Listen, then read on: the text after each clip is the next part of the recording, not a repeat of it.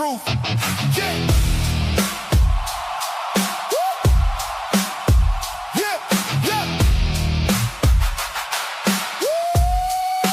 Welcome to the TruCrime Cafe.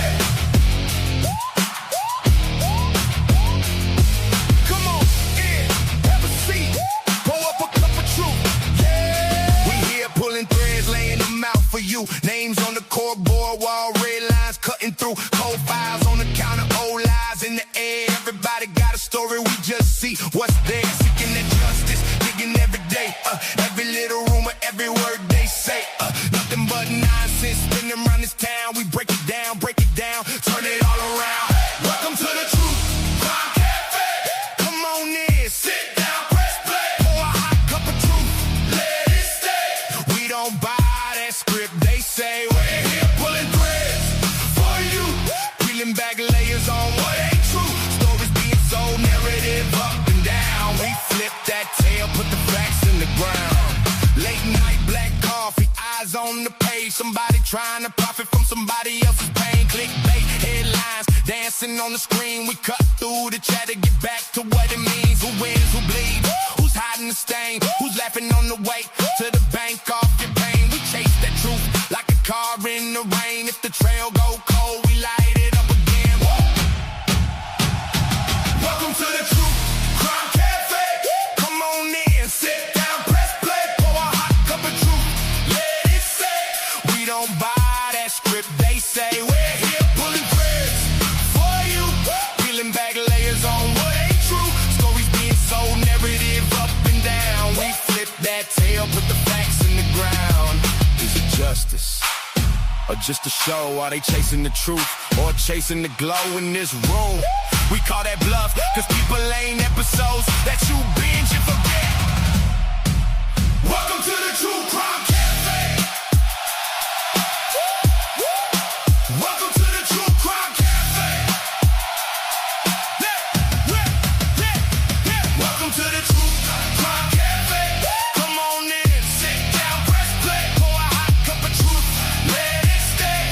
We don't buy that script, they say. We're here pulling threads for you, peeling back layers on what ain't true. Stories being sold, narrative up and down. We flip that tail, put the facts in the ground.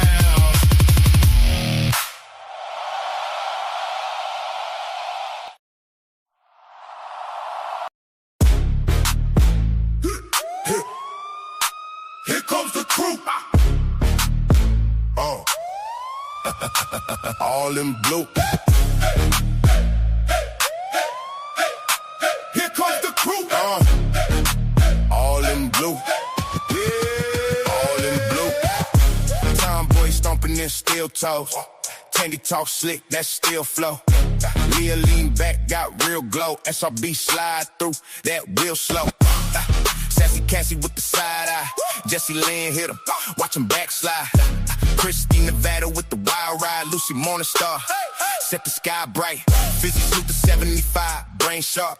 Cat cake cut deep, leave a faint mark. This is chaos when the play start. Typically unique, bro. High art.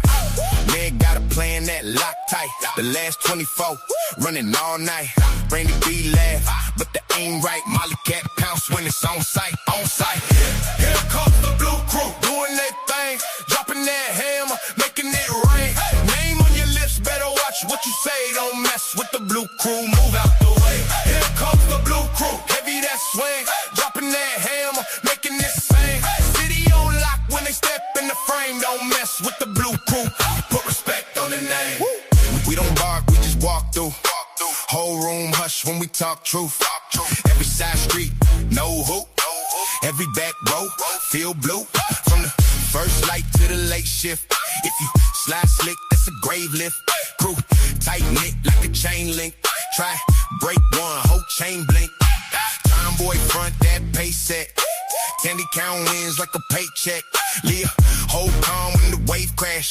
SRB dry, never break fast. Sassy Cassie laugh, then it's lights out. Jesse lean quiet, then the light shout. Christy Lucy, all about that fight route. Blue crew stand tall, never wipe out. Never.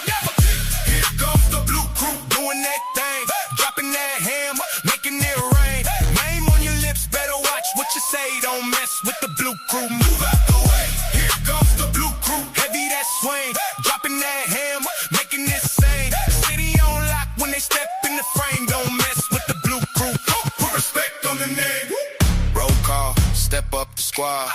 If you ain't down, back off, that's law, we don't break. We been still, that's true. One voice, one band, a blue crew. Hey, here comes the blue crew, doing that thing, dropping that ham, making it rain. Name on your lips, better watch what you say. Don't mess with the blue crew, move out the way.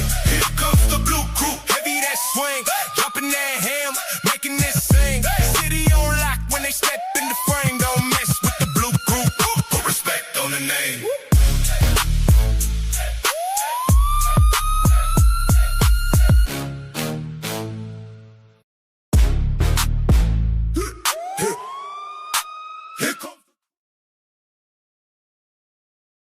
All right.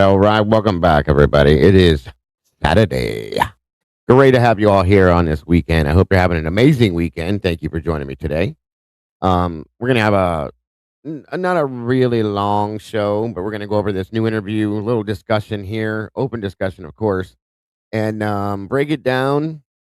And the good show will be this evening, 6 p.m. Eastern Standard Time, The Verdict Room Live, Unfiltered, with Bronx Tales, True Crime, typically unique, in our special guest, of course, not to mention Mikey with the last 24, and our special guest, Miss Lana from Truth and Transparency. You don't want to miss this one, guys. It's going to be a banger, for real. But we're going to run this couple-hour show here, go over this new interview, and break it down and see what we can get through with that. Maybe we can talk about that tonight as well.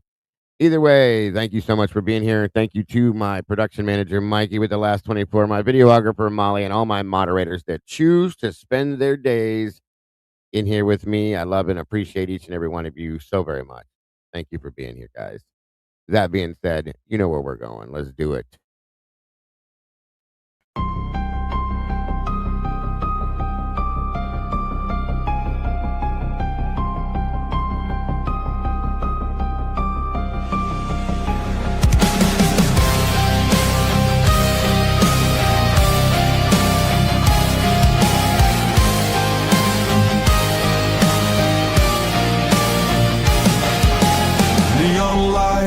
Flicker like broken halos.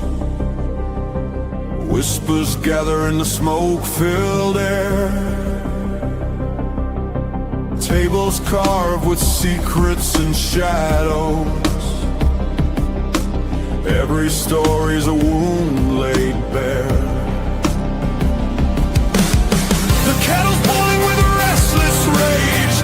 Justice written on an unseen page. I sip the silence, bitter taste, waiting for the ghosts to show their face.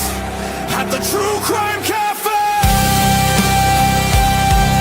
we serve up the pain they try to hide away. Pour another cup of the truth you crave. Raise your glass to the names they betray.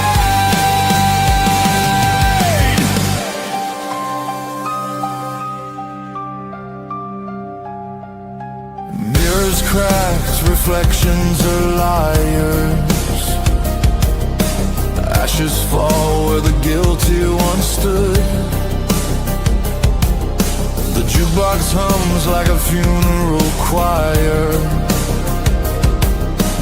Echoes pounding through the neighborhood. Every scar is a candlelit vow. We hunt the how, we demand the now. No more silence, no more disguise. We'll paint the night with sharpened cry. At the TruCrime Cafe, we serve up the pain they try to hide away. Pour another cup of the truth you crave. Raise your glass to the names they betray.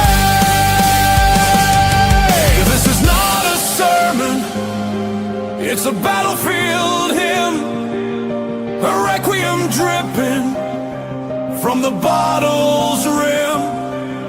The guilty write stories in invisible ink, but we'll drag it all up from the edge of the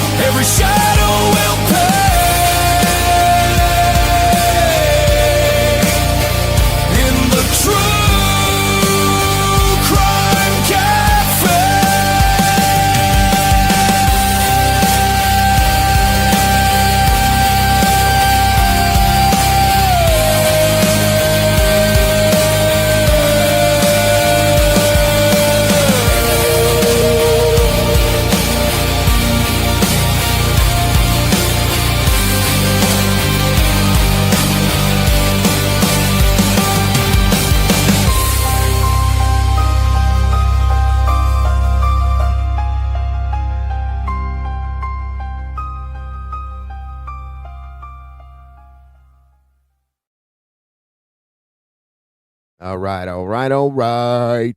Welcome back, guys. Great to see you guys today. I hope you're all having an amazing day because you're all amazing, and that's all you deserve is amazing. So thank you for joining us. All you beautiful people in the house, great to see you. Welcome to all the meatballs, and welcome to everybody. I appreciate you all joining me. It is great to see you here. Let's see. Guys, again today, it's an open discussion. The link is pinned to the top of the chat. If we get into a discussion, we get into a discussion. I am going to review the newer interview that was released from Connor with the Sigma Chi boys. We're going to go over that. But other than that, we may have a discussion about things to catch up. That's okay. And then, like I said, we'll get into the bigger, longer, more in-depth show tonight, 6 p.m. Eastern Standard Time, with the verdict room unfiltered. I'm looking forward to that one big time. So let's see. Who do we have today? Looks like Mikey's in the house. Scully Skull, gang, gang, brother. Good to see you. Miss Tandy, welcome. Good to see you. Joanne, good to see you. Johan, I think I'm saying it right. Sorry. Kiss me where I pee. I won't do that, but welcome. Good to see you today. Thank you for joining us. Mikey's in the house, the last 24. Thank you so much, brother, for joining me. Sluther75, welcome back. Great to see you. Long time no see. Lizzie Turtleballs, always great to see you. Thank you for joining us. Dame Shutterbug, great to see you. Brandy B, my OG, good to see you, dear. C Mastiff, welcome to you. Ms. Leah, great to see you always. Thank you for joining us. Lisa Winchester, great to have you here today. Becky, good to see you. Yeah, that's something else we might look into too, Beck. It's kind of wild, guys. Kind of wild. Let me see here. Let me make sure I'm getting there, everybody. Baby Ames. Good to see you. CZ, welcome back. Great to see you today. Miss Teresa, great to have you here. Eddie's in the house. One maiden nut. Welcome back, brother. Always good to see you. Mama J, hitting the road, a 3-hour drive, but showing love and listening. And we appreciate you, Mama J, for that. I think that's the second one she's dropped. We got 2 already towards our goal. Let me see. They're both from Mama J. Thank you so much for both of those. God bless. So generous and so amazing. Thank you, Mama J. Listen, please be careful. 3-hour drive. Please be careful. There's some crazy peeps out there. You don't want to have to deal with that. So be safe, be sound, and be careful, dear. We appreciate you very much. Thank you so much. Paisley Post, welcome. Good to see you. Ms. Mommy 99, welcome to you. Was not expecting a username. Yeah, I know, right? Same thing I said when I seen it, Skull. I just choked on my noodles. Same thing I did. I'm telling you, bro. I love it. I love these names, you guys. I love them. Carolyn Prestage, great to see you today. Thank you for being here. I hope you're feeling better, Miss Tandy. If she wasn't feeling good. Let me see here. Yes, guys, we already got 2 out of 5 on our goal. Thank you, Mama J, for both of those. Very, very generous of you. Very sweet. Living Dead Girl, great to see you today. Miss Cat K, welcome back to you. All right. Let me see.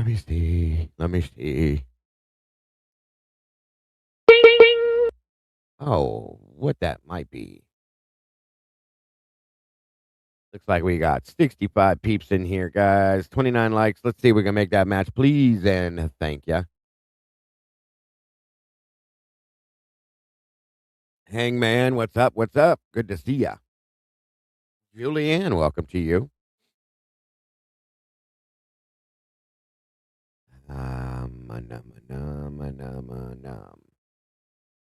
Cat, great to see ya.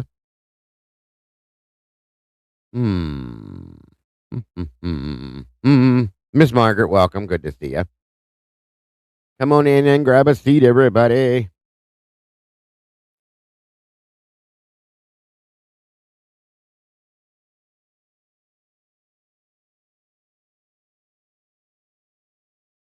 very interesting.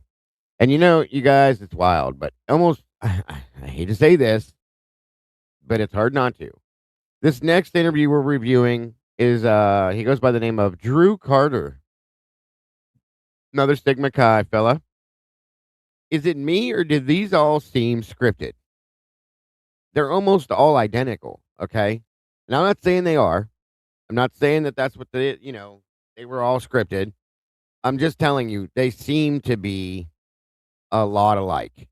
Okay. Take it for what it is, but that's how I see these. Again, I'm not claiming that they are. It's some kind of something. I don't know. Dig that like button, everybody. Thank you, Hangman. Appreciate you, brother.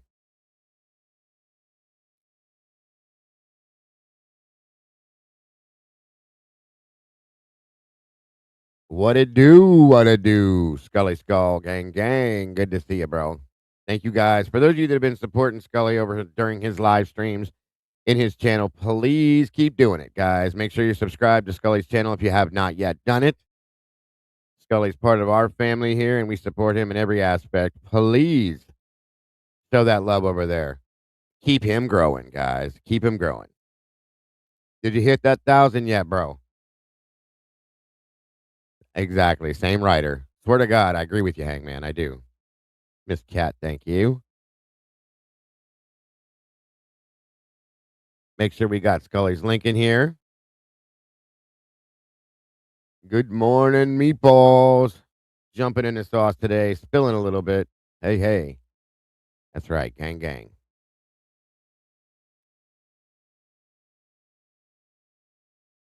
We got the meatball gang going on in here. Oh, come on in. Come on in. Looks like 74 peeps. And we got 32 likes. Y'all can do a little better than that. Please and thank ya. All right. Again, if you want to join me up here, you're welcome to hit that link as we review this new interview. You're welcome to jump up here with me. It's at the top of the chat pin. Let's see. Stitches in the house. Good to see you in Stitches. Great to have you here.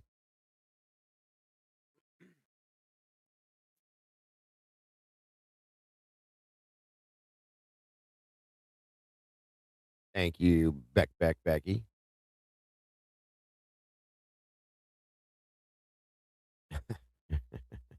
Peep, peep, peep, peep, peep, peep, peep, peep, peep. All right, guys. Well, I don't know how many more peeps we're going to get. Thank you to my mods for joining me. For those of you that are in here, thank you so much for taking time out of your basically lives, busy days to be able to jump in here and do this with us.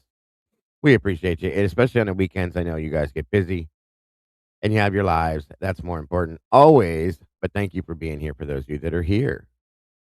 Beverly Fike, welcome. Great to see you. Patricia Powell, welcome. Always great to have you guys here today. Welcome to all of the meatballs jumping in the sauce with us today. I get it, Beck. I get it. Most people are. It's hard not to be. And you don't want to be, but it's hard. I get it.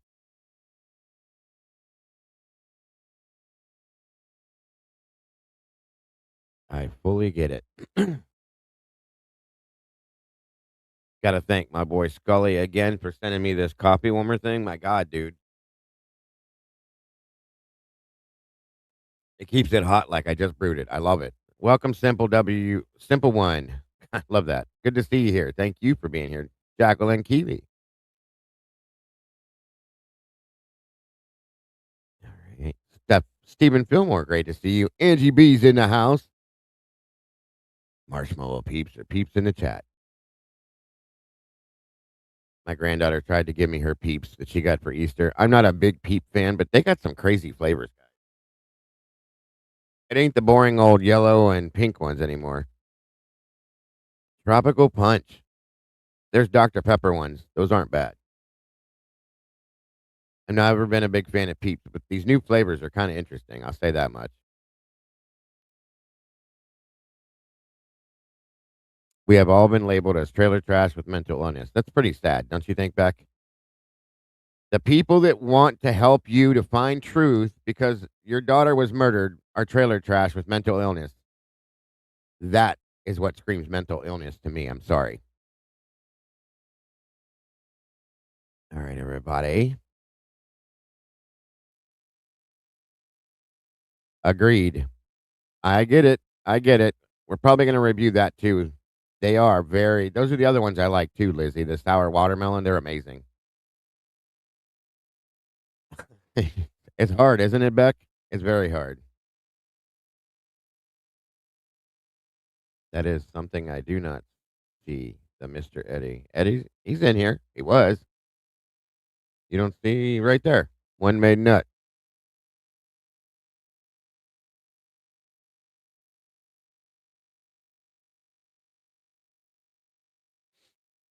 Great to have you here on a weekend, Eddie. I hope you're doing well, brother. I love being able to catch you live. It is very tough throughout the week. Working owl shift. I have Dago withdrawal. Well, I appreciate that, brother. We love having you here. Anytime you can be here, we appreciate you so very much. I know someone who toasts the peeps over a campfire with our kids. They say they are delicious that way. They are. I've tried them. They're good. Pamela, good to see you today. They don't want us digging. They have a narrative to push, in my opinion. Your opinion is correct, in my opinion. There's Eddie right there, Mikey. I'm here. My new favorite right now is Ritz crackers covered with melted Andes mints. Oh my God, that sounds interesting. I love Ritz crackers, first and foremost. That sounds good, Beck. Really good. Got our teachers in the house, Miss Tandy, Miss CZ. Great to see you both. Got to give a little love back to our teachers, guys. They put up with so much. They do so much these days, especially. I love to make sure that we're, showing the appreciation and love for our teachers. That they do so much, guys. They create our future, in my opinion. So thank you to both of you and anybody else in here that would be in the teaching field. God bless. We love you guys and appreciate you so much. Ms. Mommy 99, welcome and welcome to the sauce. We appreciate you. Another meatball jumping in here with us. Thank you so much. Welcome to the family. Tastes like Girl Scout. Oh wow, them are good. My favorites are the coconut ones. I never can remember their name, but they're amazing. That's what I've heard. Hot meat kettle. Thank you, Steven. I agree with you, bro.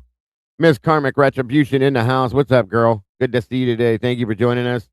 Again, guys, make sure you're subscribed to that channel. If you're not, what are you doing with your lives? Come on now. She put out a new video last night that was really awesome. Pretty sure it was last night. I was kind of tired, but yeah. Please go check her out if you have not yet done it. You guys are missing out. Telling you right now. Bada bing, bada boom. All right. Good to see you, gentlemen. Welcome, Eddie. How are you today, sir? I'm doing fine. How are you doing today? I'm doing wonderful, brother. Always wonderful. Always great to have you here. And Hemi, how are you today, sir? Oh, good, Dago. How you doing? I'm doing good. Good to have you here as well. Thank you guys both for joining me. Appreciate you joining me, being here on a Saturday. The weather looks beautiful outside. It's a little chilly still. So if you're missing out on the outside to be in here, I really do appreciate you guys so much for joining us. I just want to give you a heads up, Dago. When was the last time you looked at the summary for the Idaho case? Yesterday. There's some things coming, I know.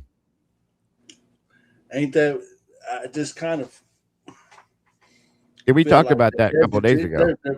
They're bringing up the recitation again. I know. I'm not sure what they're doing with it as of yet. We haven't. I think it's a sealed document. We're not going to see it, but I'm curious. I'll say that much. Real quick. 1 second. Hold on, Hemi. I'm sorry. Let me check something here. No, you're good. Where did it go? Must be down at the bottom down here. Hold on. There it is. Ms. Mommy dropped 5 new memberships in here, guys. We got 6 new meatballs floating in the sauce with us. It looks like KTM 7663, Lisa M880, Carrie Artigue 8307, and Aaron 7522, as well as DMC Kaka Lady. I hope I'm saying that right. All of you guys, congrats and welcome to the sauce. And gosh, dang it, Ms. Mommy, thank you so much. That's so very generous of you. Just joining yourself and then throwing out 5 more. That is so very generous. We appreciate that so very much, and God bless. Yeah. All right. Back to that, Hemi. Thank you so much, hon. I appreciate you very much. So back to what you were saying. Yeah, they're doing this whole restitution thing again. I have no idea what they're doing. It don't make no sense to me. And I'm curious to see. I don't know if this document's sealed or what, but we will see, I guess. Well, if you go back to that hearing, when was that hearing for restitution? When the prosecutor was trying to get more restitution than what was agreed on. That's been a minute. Eddie, do you happen to have that in your notes by chance? Could you ask that again, please? When we had remember the last restitution hearing when they were trying to pull more money out of Koberger? Just guessing, like in the fall of 25? I think that might be. Wait, was it before or after the sentencing? Gosh, that was January, maybe 25. That was right after winter. Sentencing.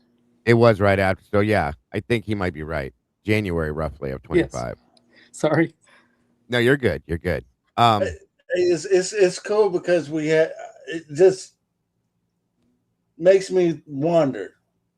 Again, I'm not trying to be hopeful, but I have some concerns because if you remember in that hearing, Hippler was really, really, really getting on that defense about if you deny more restitution, wouldn't that be grounds for you to violate the plea deal?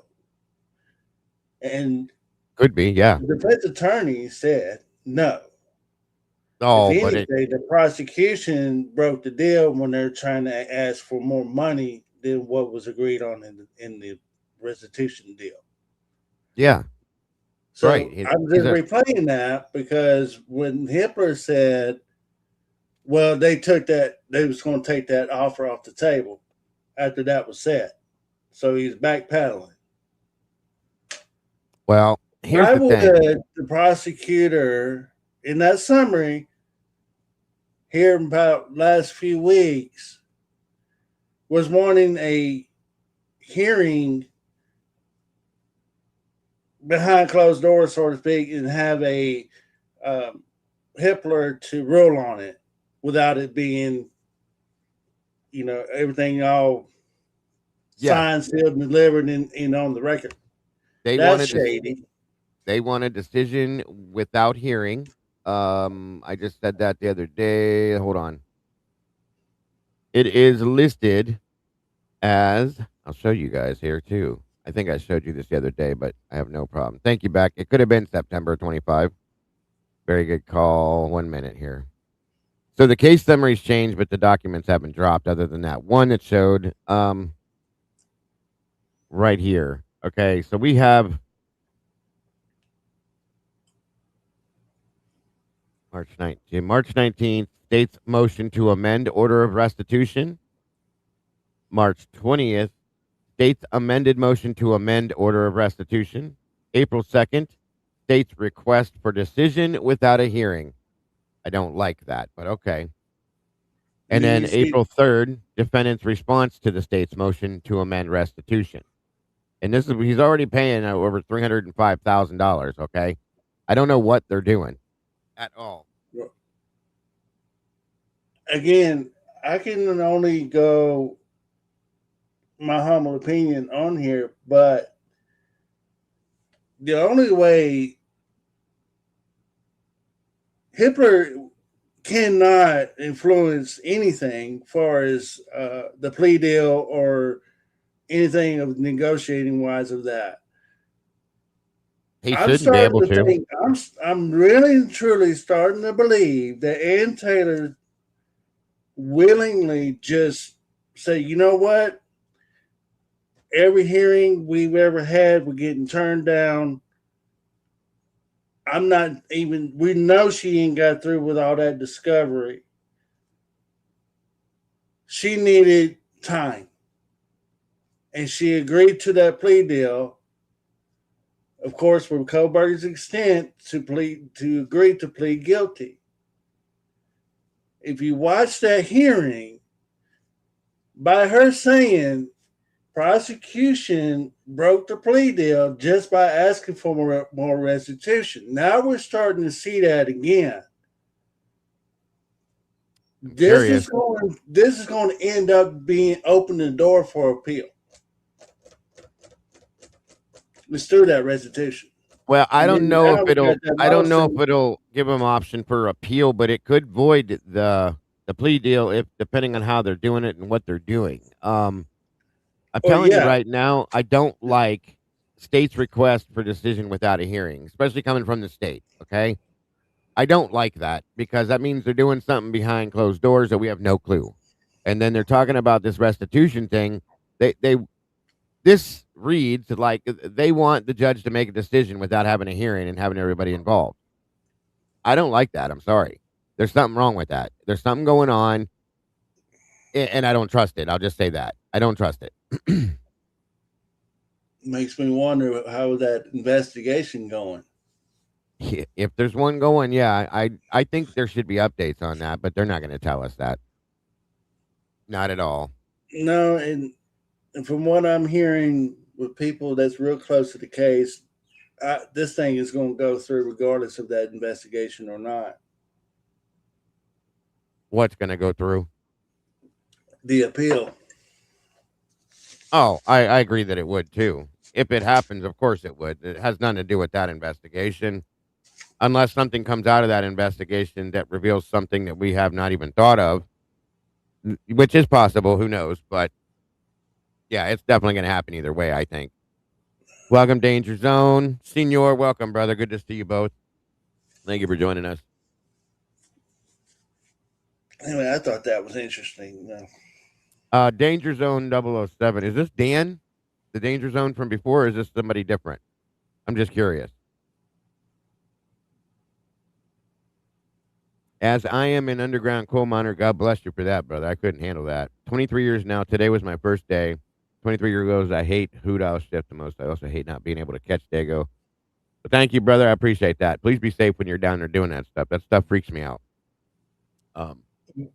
Yeah, from my understanding, Senior, if anything breaks the rules of the agreement, everything goes right back on the table, and then we're getting a new date, and everything is going to trial. It should. That's how I would see it.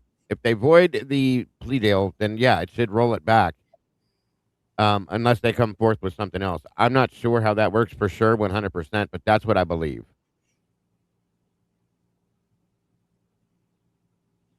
Luther said it could be a way to get back to having a trial. Hitler rescinds this. Yeah, I would pray to God that could happen, to be honest with you. Thank you, Tandy. That's true, too. Ann Taylor hasn't left the building. She's still working for Kohlberger. I agree with that. Yeah, we're gonna once we get through this isn't very long. We're gonna go review that new interview with Christy if I can find it the right one. And it's gonna be a little hard to watch in some ways, but it's important to see it. I think to get the real feel. So, let's check this out, gentlemen. Eddie, do you have anything to add before we go into this any further? No, let's proceed. Okay. Thank you both for being here. As always, appreciate you, gentlemen. And here we go. SoCal Deb, good to see you.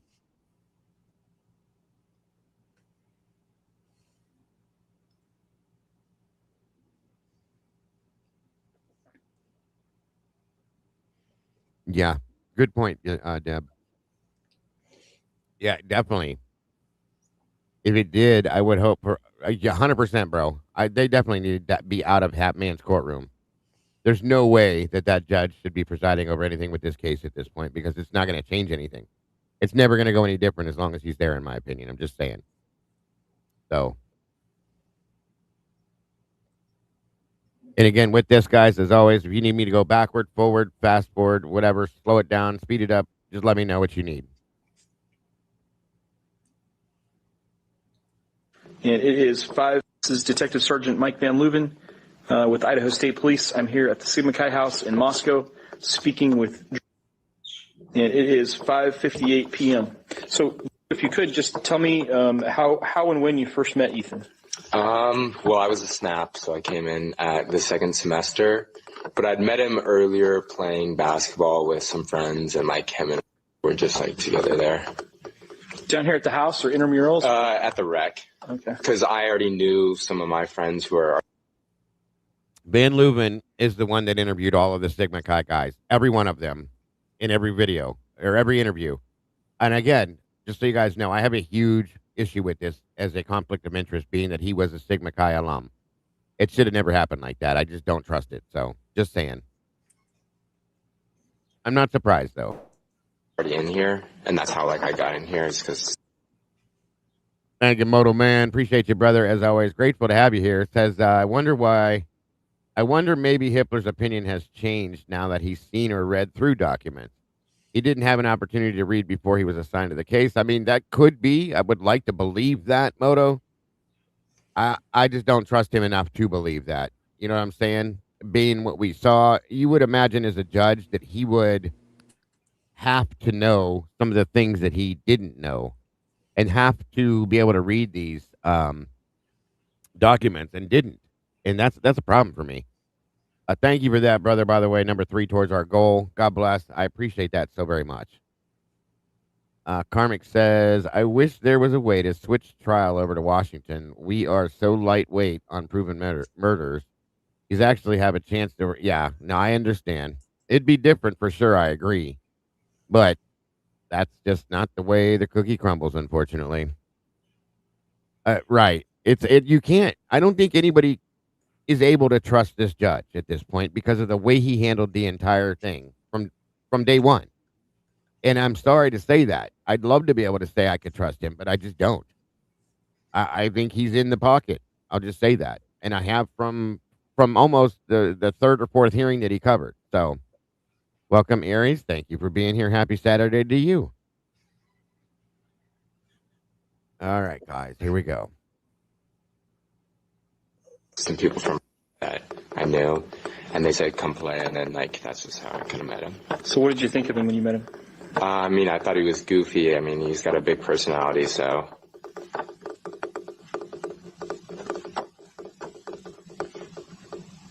Were you ever roommates with him? I was not. So did you, as a snap, did that put you in the same pledge class as him? Yes. So you sort of had an accelerated... Yes. Yeah. And Welcome, Lily. Happy Dagoversary, 26 months plus, I'm sure. A little over 2 years. Thank you so much for being part of our family, Lily. We love you. We appreciate you. And thank you so much again for joining us, even while working. Do appreciate you. yeah, I was just like, because when you come in as a snap, it's tougher to really get to know everybody, you know? Yeah. No, I don't believe there was, Witchy. Truly and honestly, I don't believe there was. Thank you for joining us again. That's a great point to make, though. There should be.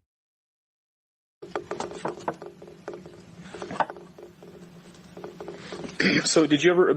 By the way, the noise you guys are hearing, I don't know what the hell this man's doing, but this is pen. He's writing, making all this weird-ass noise. So it must be writing right by the microphone, which is why we're picking it up. So my apologies for the background noise. The files that open in LATOB will be illuminating too, but I'm unsure of Ada start date. Gotcha, Angie. Good point as well. Just that it is newest to oldest. Right. We're still waiting on documents to be dropped, you guys, just so you know. And it hasn't happened. And I think they think we forgot. I think that's insane. That shit needs to drop so we can go back through the rest of it. And they haven't done it. I don't know what they're doing. And maybe that has something to do with what may be going on in the background. I don't know. Don't take that and run with it, but it's a thought. Maybe. Judy Covington, welcome. Good to see you. You are so welcome, Witchy. Tina Skullscar, no worries. We just started. Great to have you here. Hitler telling both sides to come to an agreed upon story for the jury might be the craziest action. I agree with you. Go and come together and create a lie to tell the jury. What kind of a judge? That in itself should have thrown this case out. That in itself should, and I wrote that in my letter to the Department of Justice. No response. completely ignored. That's insane to me.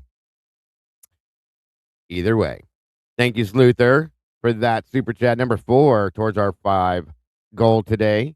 Appreciate that so very much and very generous. You guys are amazing today. I believe it.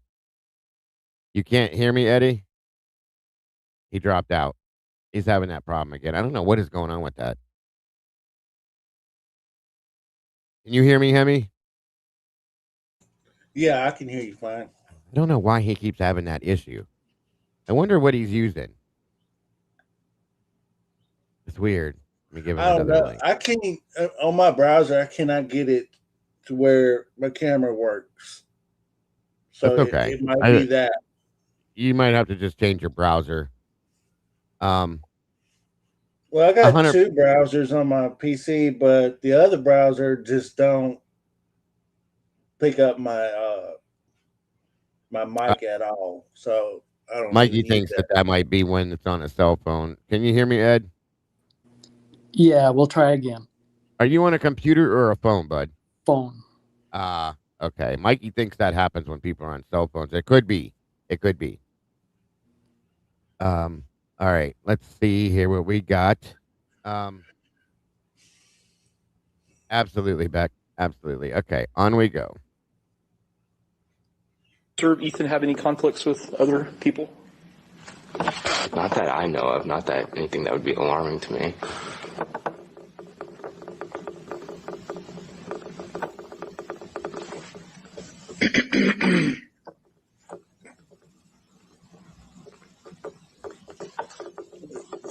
Did you know any of the other girls that are down there at that house? I knew of Maddie, and I kind of knew Xana. Like, I would say if I saw her on the street, I'd like say hi to her or anything, but that's really about it.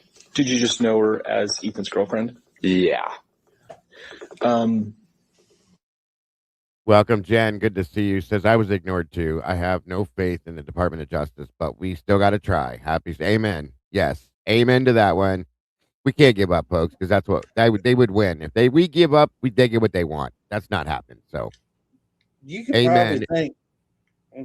probably think Mr. Trump or President Trump, because he's been letting people go in the Department of Justice. So Yeah. there you go. Yeah, that's true. He has. That's for sure. And He got I rid don't of understand. one and promoted another one. And I heard just the other day he got rid of another one. So Yeah. I mean, I don't know if it's going to make a difference. I don't know what's going on, but there again, we'll see if it changes anything. I hope it does, maybe, but it's weird to not be responded to from the DOJ, folks. I can see Moscow maybe not responding, but the DOJ is kind of odd to me. So, not even the only thing I got back was your email has been received and will be reviewed in due time. That's the answer I got. Nothing more, which is an automatic answer when they send an email. So, they didn't even look at it, in my opinion. So, yeah, and there's also some changes he made in the Homeland Security as well. So, yeah, he's been intermixing things around in there. That's for sure. Yeah, and the FBI is going through changes too. So The whole government. That's a fact. So yeah, he's doing his thing. yeah, yep. Politics are politics. That's right. All right, guys, on we go. Welcome home, Aaliyah. Good to have you here, dear. Had you ever gone down to the house and partied down there? I think I've been there like twice.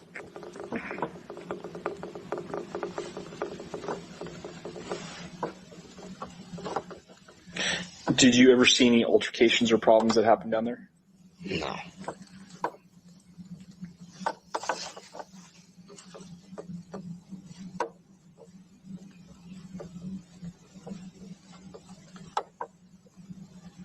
How well did you know Ethan? I'd say I know him on like a surface level, I guess. I don't think I really had any like. Not close friends? No. It's just tough because I didn't see him very much, and you probably already know that he was like deficient and not living in a different apartment. So like, I wasn't really around him that much.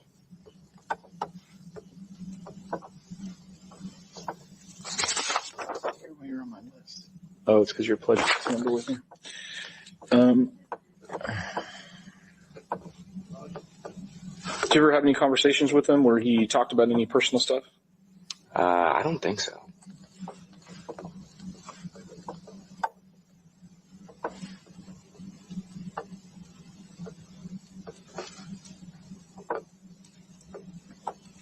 Were you here at the party that happened the night before? Yes. Did you see him at the party? Maybe.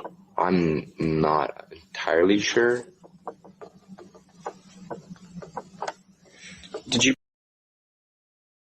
See, what kind of an answer is that? Maybe you either saw him or you didn't see him. There's no I don't know or maybe or I'm not entirely sure. This is ridiculous. This is the issue I have with some of these. Welcome, Anna D. Good to see you, dear. Please, guys, make sure to hit that like button on your way through the door, if you will. Judy Covington, again, if I didn't say hello, welcome, dear. Good to see you. That answer right there, it says it all to me. So, thank you, Miss Leah. All right, on we go. Let me see something here. By chance, go to the Theta formal that happened earlier in the evening?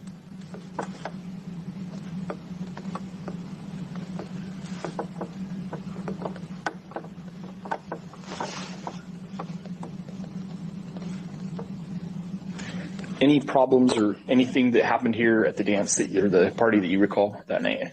I don't think so. Altercations with people, fights, somebody yelling at somebody upset. Yeah, no. I really try to think back, honestly, and just.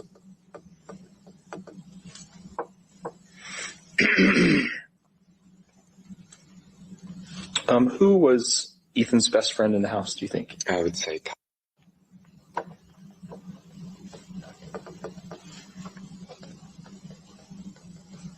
Who was the second best friend? Well, like besides from, probably. This is Drew Carter, another Sigma Chi brother. And I believe the name he just said, for those of you that didn't catch it, was Kai, which is, I guess, in the house is who he's referring to. So, okay. Maybe. Who's? He was his roommate, I think, and I just know that they were roommates and nothing else.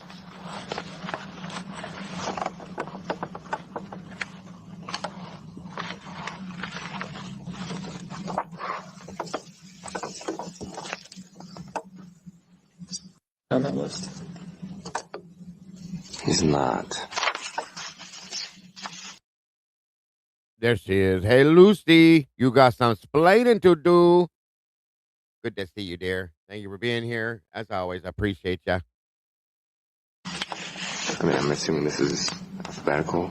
I think it's alphabetical by last name. Okay. Isn't it? Yes. Wait. Yes.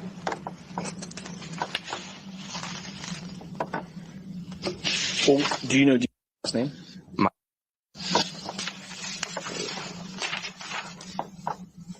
Oh, yeah, he's on there.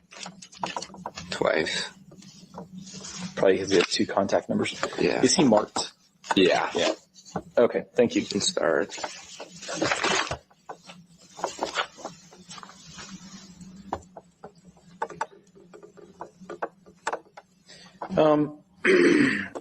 Had anything happened around here, either with the house or around the house, that was unusual in the last year that you can remember?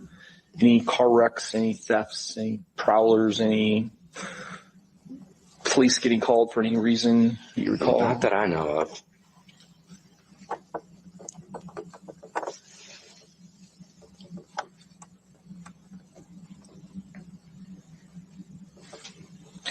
What did Ethan do? Let me ask you, where did Ethan spend his time?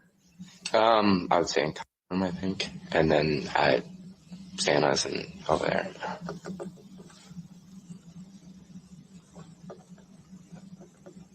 Had you ever been to Ethan's apartment? No.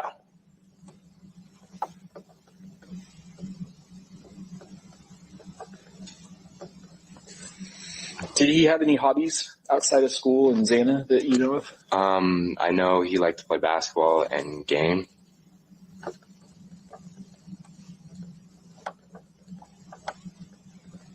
What games did you play? This guy doesn't seem to know Ethan at all, unless he's just doing this on purpose. He has no knowledge of this kid. So this is a wasted interview, in my opinion. Unless, like I said, he's playing the script like everybody else and just saying what they're supposed to say and moving forward. Just saying.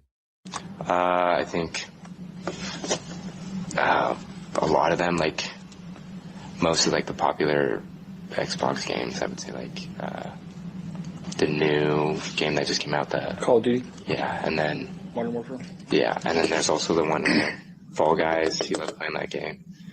Okay. And then, did he play on? He played online with other people? Yeah. That is one of my biggest questions, Luce. We talked about this the other day a little bit. I find it odd that they only ask about Ethan Chapin's involvement with substances. They don't talk about the other girls with their substances, possible use with substances there. That's always been an issue with me. I don't understand that because they were all involved. So that's a good point, Lucy. It is, truly and honestly. I've wondered that myself. Yes. Did he play with anybody outside of the house that he knew from like back home or anything? I don't know.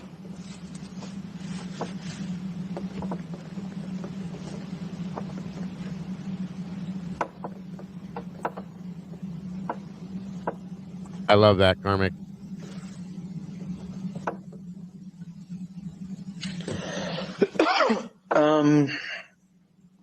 So when you first heard that this had happened, where were you? I was at class. In class? Yes, it was like a 3-day weekend class. I don't know what that is. It was just like a seminar kind of. It was 1 credit. Okay. Were you here? Get out of my head, Lucy. This is another thing I've wondered. Why are we not hearing any sorority interviews with any of these girls? Definitely, especially Kaylee, Maddie, and Xana. Where are those at? None. I don't know. There was a couple interviews with a couple people that were in different sororities and stuff, but I'm like, they should be talking to each of the girls, the people that were in each of the girls' sororities, in my opinion. Never happened. Very weird. Agreed, Lucy. Or were you? I was in class? You were in class. class. And what did you think? I didn't believe it. I mean, I was shocked. I still don't really believe it, honestly. Once it had time to sink in that it was real and you understood what had happened, what did you think? Who do you think was responsible for this? I have no idea, honestly. I mean, I don't want to point fingers at her. I can't think of anybody that, to me, comes to mind that would be reasonable, completely suspicious. Did you have any thoughts about just the situation in which someone might do this? Like what the motive might be? Exactly. Absolutely. That's my whole point. This guy knows nothing at all. And if he does know anything, he's really burying it. Okay. For sure. Fully agree with that. Living Dead Girl says, why are they asking this dude that barely knew Ethan what games he played? What does that have to do with anything anyway? And it's like they're just killing time. Right. We just got to ask these basic questions so that we can have it on record that we talked to you. End of story. It's ridiculous. I fully agree. I find it odd that they call these victimology interviews. I thought Joe Lake or someone did yeah, thank you. Now, 100%. They had to make sure that they put this guy in here to do these interviews with the Sigma Chi boys because he's Sigma Chi. It's just odd. I bet they ask him about the white car. They probably will, Eddie. I swear to God, they probably will. Welcome, Donna. Unless these blokes were interviews because there was a fight at Sigma that night, and that's why they've been questioned. But nobody will admit to it, Donna. We know there was a fight, but nobody will admit to this fight. It's ridiculous. Hangman thinks Ethan was the target. In my opinion, I think they done Kaylee like to throw people and etc. off. Gotcha. It's a good point. It could be. You never know. I don't put anything past anything at this case at this point.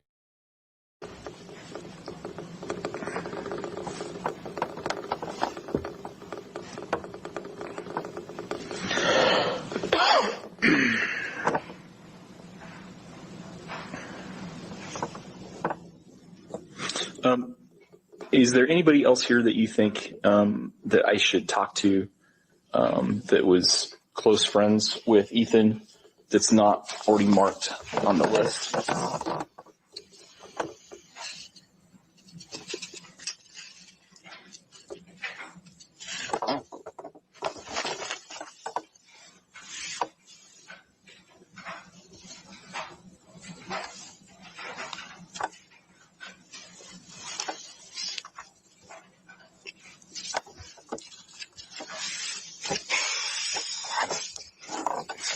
Okay.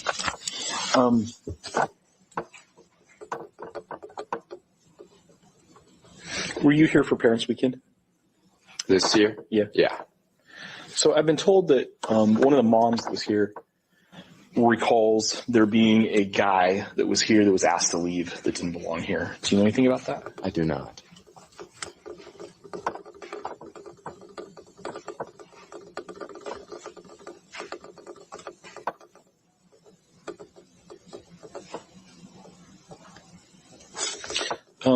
Did Ethan have any weapons that you know of? No. So I want to talk about drugs a little bit, and I know that can be a sensitive topic, but we don't care about any of that. Yeah. We're just trying to figure out who might have been responsible for this. So we know that there was some drug use that happened over at that house. Do you know anything about that? No. Do you know anything about Ethan sourcing drugs from anybody here on campus or elsewhere? No.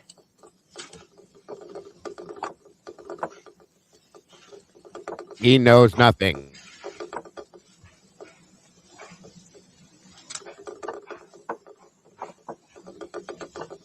That's a good question, Lou. If I already asked you this, I apologize, but do you recall if the girls that were over there, any of them ever complained about any guys or being followed or anything like that? No. You know, Moto, I've wondered about Hudson's situation for a while now, and I've been trying to put things together with that. I've heard some things about that are quite interesting to me. And I can't find proof of those things. I'm still working on that, but I'm there with you on that to an extent. I really am, bro. It is interesting for sure. I'll say that much.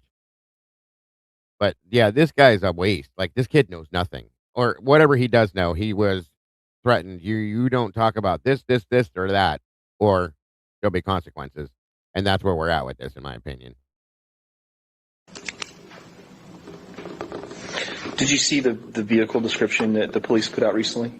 Of like the white 2011 to 13. We should have bet on that, Eddie. You'd have won. Yeah. Hyundai Elantra. Do you know of anybody that drives one of those?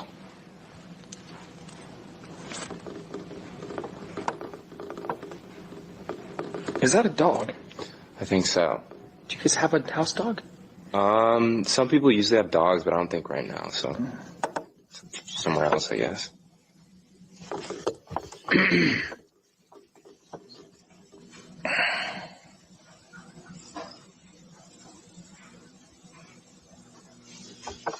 Have you ever seen anybody that possessed a knife that looked like this one? No. Really distinctive leather wrapped handles? No. Never seen anything like that. No.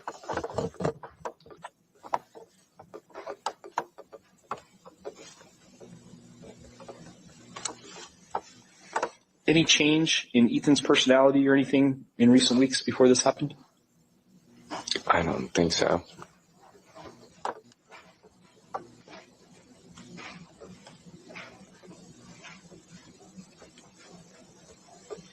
Had you ever talked about his past or his family? No. Had you ever met them? No.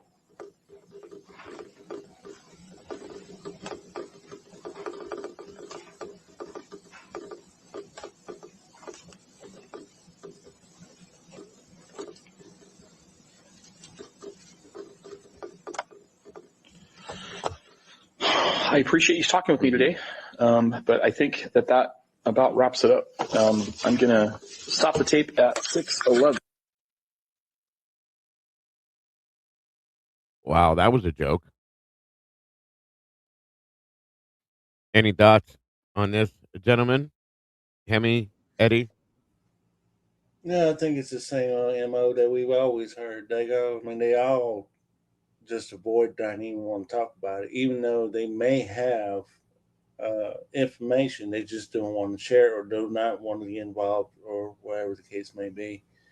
And from my understanding and reading into these fraternities, they're in a private group, so they have the backing, so they can pretty much get away with whatever they want. Yeah, definitely. Uh, it's a joke to me. Sorry, but it just that was a huge waste, a complete and total huge waste. But I mean, hey, they got to do it. That's part of it. So Um, there's that. Go I ahead. mean, I can go down a rabbit hole. I'm not trying to accuse anybody, but there's a reason why this thing was buttoned up the way it was, and Right. for something like that to happen, you having control over law enforcement and the higher class of that whole thing, you got to have some power about you. And from my understanding, that college runs the town. So you don't. There's a reason why they didn't go after the roommates because they go into college, and I've said that from the time I've known that from Jump Street. Um, that's the reason why they went to an outsider. Uh, Right. I There's a reason why they didn't even talk to Loach. Well, And we don't know we all yet. know him and Ethan was fighting all the time. Borderline can't stand each other. Yeah, and I'm curious to see if this is going to be one of the interviews, and if not, I'm going to FOIA this one. I'm going to definitely try to push to FOIA that one, or if there's one that exists, anything that they did with him, I want to know. So that's going to be my next one, you guys. I'm going to be putting that together this coming week for sure. So anything that has an interview with David Loach, anything that is in relation to David Loach, I want to see it. I'm going to figure out how to word it. That way they can't get around it. So we'll see what happens. I'm sure I'm going to be denied, but I'm going to try either way. Why are they hiding Josie Long? Right. That's another question I have. We don't see or hear much of anything about her. So I agree with that too, Tomboy. Um,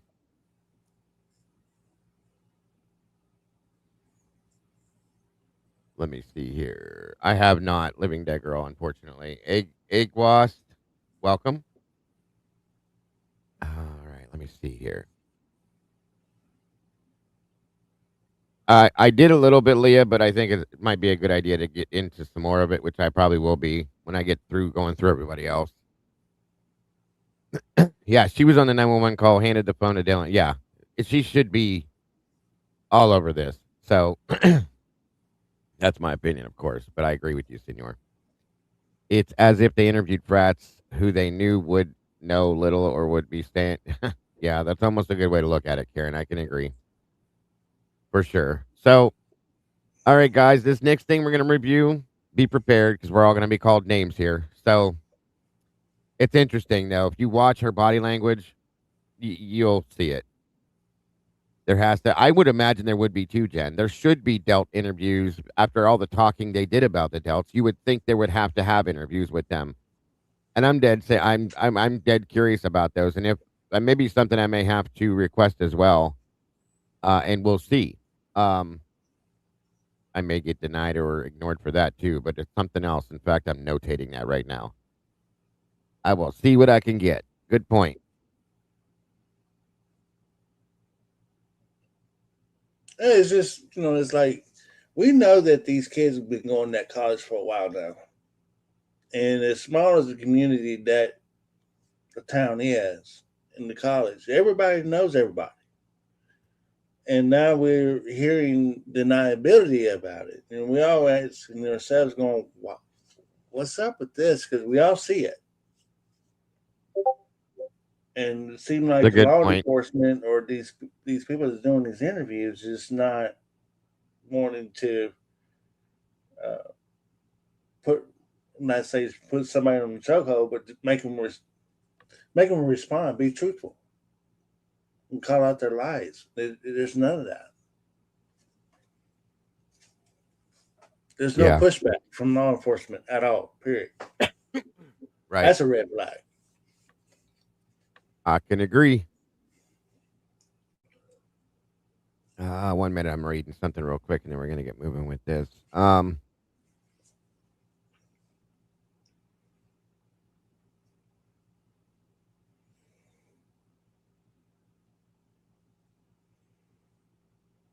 right, moving forward. All right, let's see what garbage we have here. Welcome, Moto. Good to see you, bro. I'm sorry, Dago, but what was really, really scary to me is to know that it, of course, can't prove it, but it's as if this whole town, a week, maybe months prior to the murders, everybody knew about it. It's weird to see. I've been saying that for 3+ years.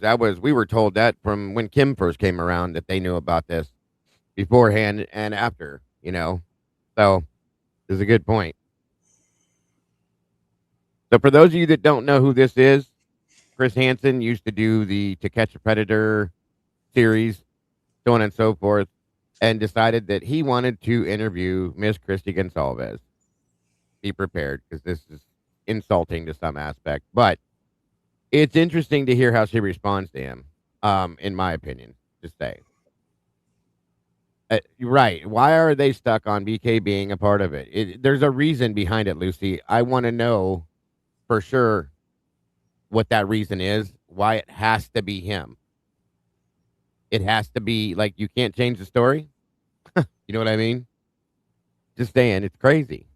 What's weirder is no one talks about this case around here at all. Literally not. I forgot. Yeah, you live in that area. So, well, and they never have. They didn't want to. There's very few people that will. And the people that were, when Rory was going around town talking to people, Lee and all them, like, nobody wants to. They're like all secretive, like, we can't talk about it. We want to, but we can't. Some people said that. Some people said, no, get the hell out of here. We don't want you here. I mean, it just depends on who you're talking to. It's crazy. Very crazy. It's as if a cult or something is over the town. I mean, it's wild. Well, I don't know that it's a cult. What I would say is that I think it's a fear. That's my opinion. It's a fear of consequence if you do talk about things you're not supposed to. That's my opinion. That's what I've seen it as the whole time. Yeah. So a lot of those people probably work for the university around town. So if they did talk, if the university probably has some sort of. Say that again, buddy. I said a lot of the people around Moscow probably work for the university. So if they were to talk and it was to get back to the school, their jobs could be on the line. That's probably a good point too. Yeah, I'm sure everybody was either threatened or the presence of a threat was put out to them. If you do what if you don't do this, then this is what could happen. Or people have seen other people's, what happens when they do certain things. And so that's kind of my opinion on that too. This is driving me nuts. I gotta move this. Hold on. It's borderline ridiculous. I mean, wow. It has to be one big, huge mind trip to be up there living in that area. That's all I'm saying. Yeah, I can agree. Nope, that didn't work. There we go. Okay, let's go with that one for right now. All right, on we go. Becky Sterling, welcome. Why are they covering for Jack to court no matter what? Well, I mean, they have their feelings on it, I'm guessing. I don't know if there's anything else behind that, but that's a good question. I agree. Miss Girl, good to see you, dear. Thank you for joining us. Kaylee was bragging about this interview, or no, KG was bragging about this interview. I went ballistic over on their Facebook page. Christy was. Okay, sorry. I had to put those initials together the right way. When someone said that BK inherited the effed up gene from his mother, what? Oh, I'm going to go off on this one. I can just tell you right now. So this is a reaction video you guys are in store for with me now. So good luck with this one, guys. I'm apologizing ahead of time. I hate doing this because I don't like to say negative things about these families, but when they put themselves out there, they don't leave a choice for people in some senses, in my opinion. You seen this one yet, Dago? No, I haven't. This is my first time with you guys.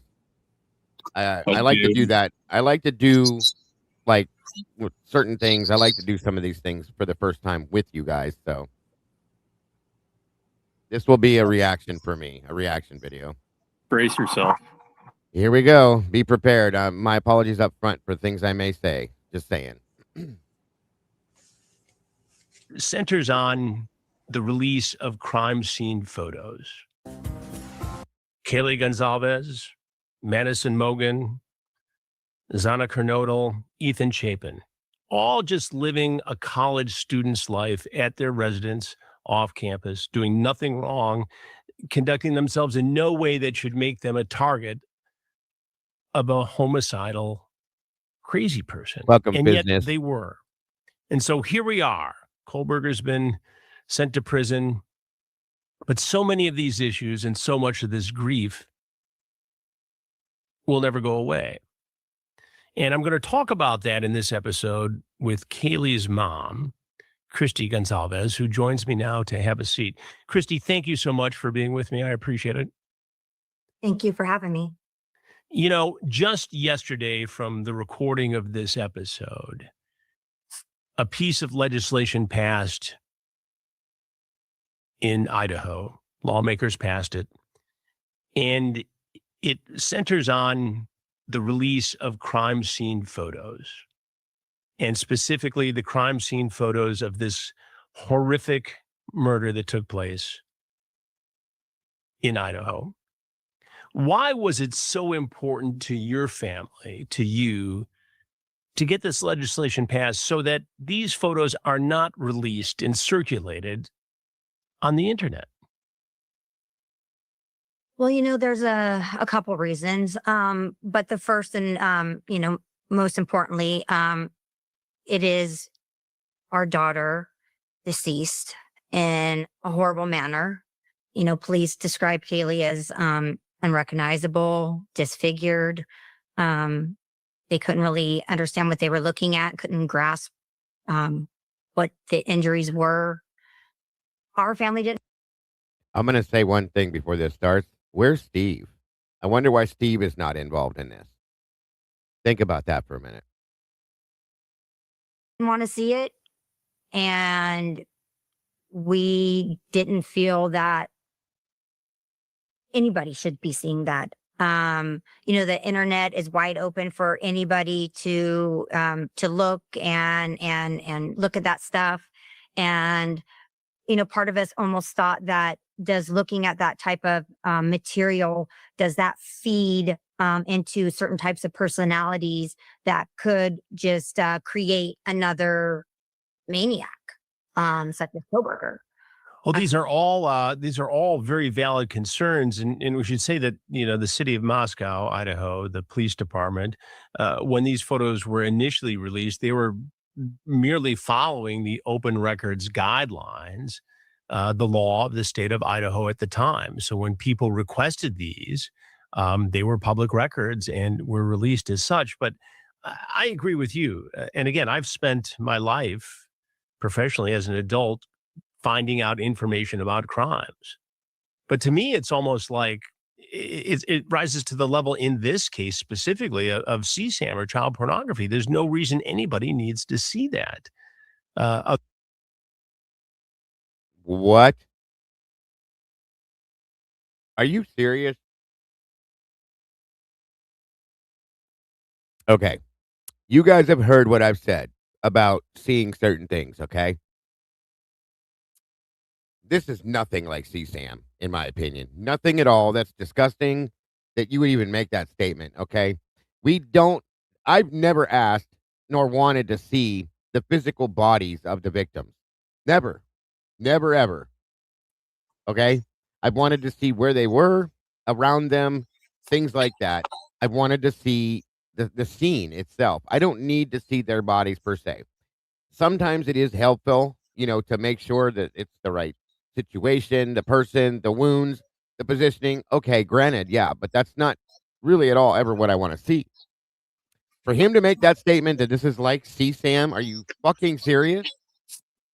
That's sick. I'm sorry, but that's nothing at all like what this is, in my opinion. I'm sorry. I do not believe that at all. I think Eddie's probably having problems hearing me again. Um, right. That 100% at all. Not even close. This has nothing to do with anything sexual by any means whatsoever. Never has. Bill Thompson himself screamed that to the world, and now they're going to throw this in here. This is gross. It is gross. I'm sorry. And by putting this out, you guys, think about what this is going to do. They're relating this in another way to some kind of, pedophilic type stuff. Once again, people are going to react to him in a way in prison if they see or hear this kind of shit that they shouldn't be, because it had nothing to do with anything sexual, folks, one way or another. So it's the statements and the way they're positioning them. This is being done on purpose, in my opinion. I'll just say that. Ridiculous. So ridiculous. Other than the investigators, and should the next of kin request it, which this new law allows for, they can have at it. But once the investigation is completed, those things are sealed. And I think that's appropriate. What issues did it cause your family by having these crime scene photos become public?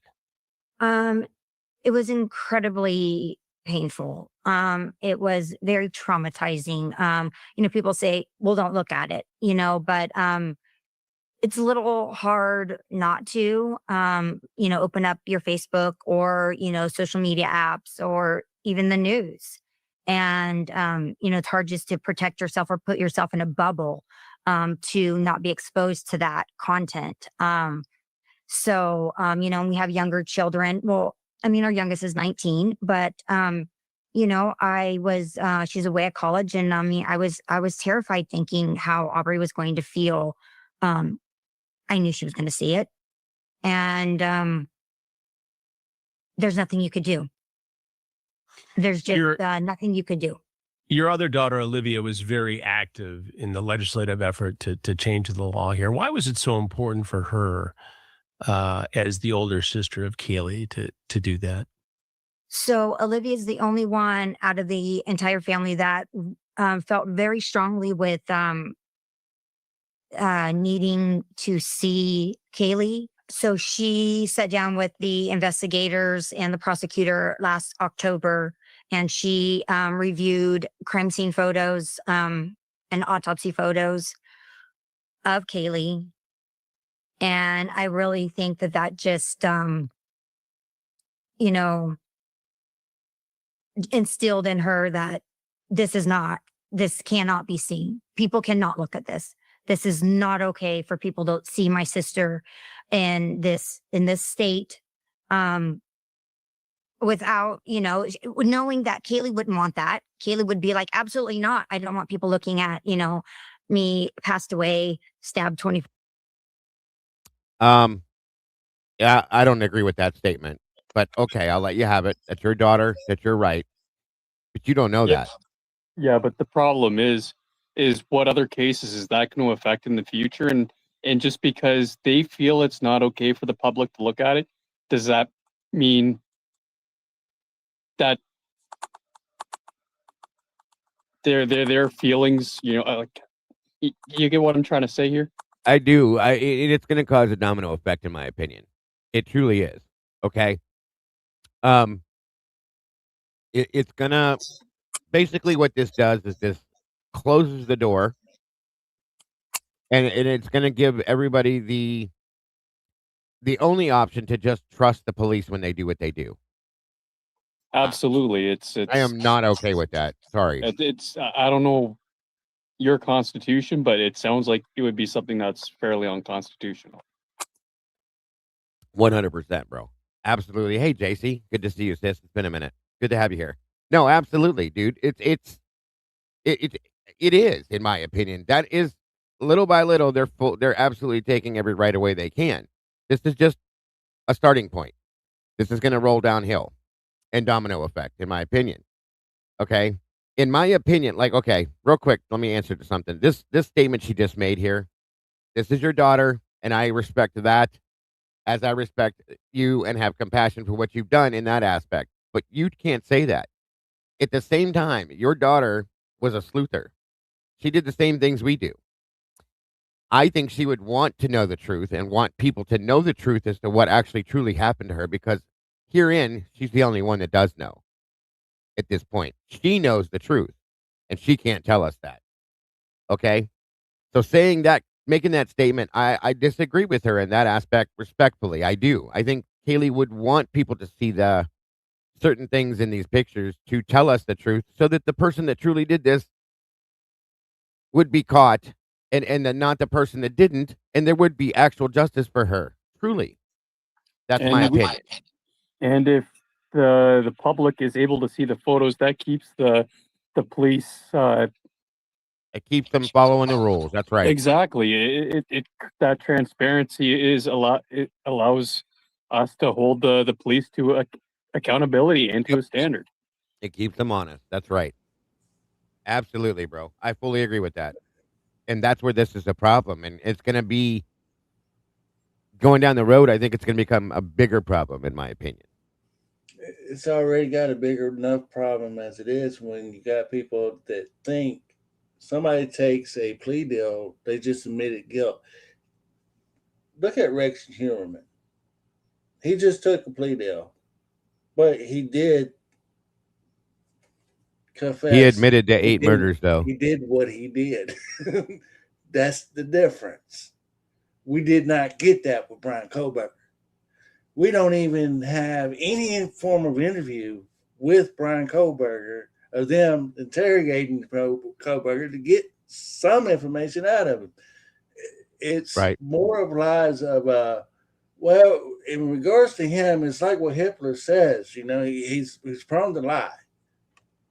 Well, the most notorious serial killer that you keep comparing him to has been dissected over and over and over again.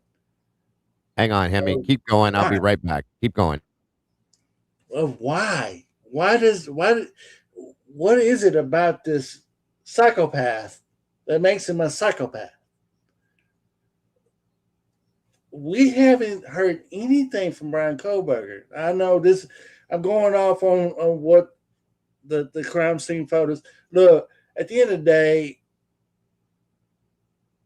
it needs to be kept in the confines of court, if that makes any sense. It shouldn't be out for the whole public to view of pictures and that. I get that. But when you start closing it off, and then unless they have some form of agreement tied to, say, if an investigation was to be reopened up and the investigators can go back and relook at all these pictures of this crime scene and all that, that'd be great. But he compared it to porn. Yeah, he's trying to demonize all the people that look through the photos or looking for truth. He's trying to demonize them because obviously the media is trying to push the narrative a certain way, and that goes against the media's narrative. So, and it's a continuous lie. Every time I'm hearing Brian Kohlberger's name getting brought up in other cases now. Several times in another podcast that was covering the Rex Humerman plea deal, Brian Kohlberger's name was brought up. Now, I would believe, because, as I said, Rex Humerman confessed that of the 8 or 7 counts, plus one more, he just offered to get the plea. That's a confession, folks. We didn't get that with Brian Kohlberger. I think if we're to actually see the Brian Kohlberger interview, In my mind, I honestly think he probably sat there and outsmarted them, and they're afraid to release the interview because he made them look like idiots. This is the reason why plea deals shouldn't be happening. Okay, it is borderline unconstitutional.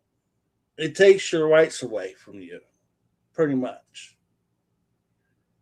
But if you know balls to bone, you didn't do it, we're going to trial. Prove your case. And if anything, people need to look at Idaho 4 and go, if you dig into it, you'll see what we all been talking about.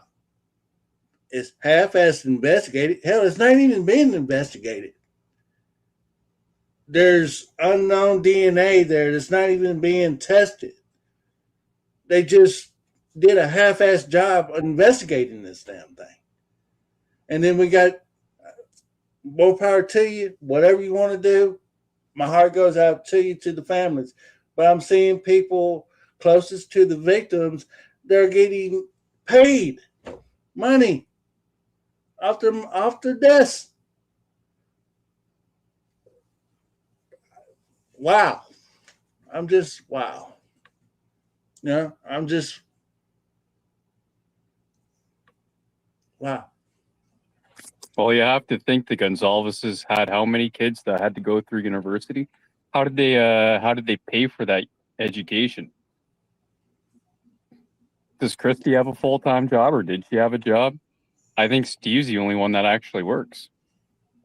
So how do you fund 4 kids going to university? Right. That's a good question and a good point. You guys are all making very interesting points today. It's just been so long listening to this for years now, and it's so plain to see that every time my skin crawls every time I hear Brian Koberger's name mentioned in another case. The Guthrie case we're bringing him up in the Guthrie case, and that don't have anything to do with Idaho 4 at all. Period. Nothing. That's because the reporters that are covering the Guthrie case are covering this case as well, so they have to. It's fill words, I call them, for what they're talking about, in my opinion. How did you get cut out, Patricia? You're here. Or did I miss something? You're still here, dear. Yeah. It may have. Okay, here's something I want to tell you guys, too.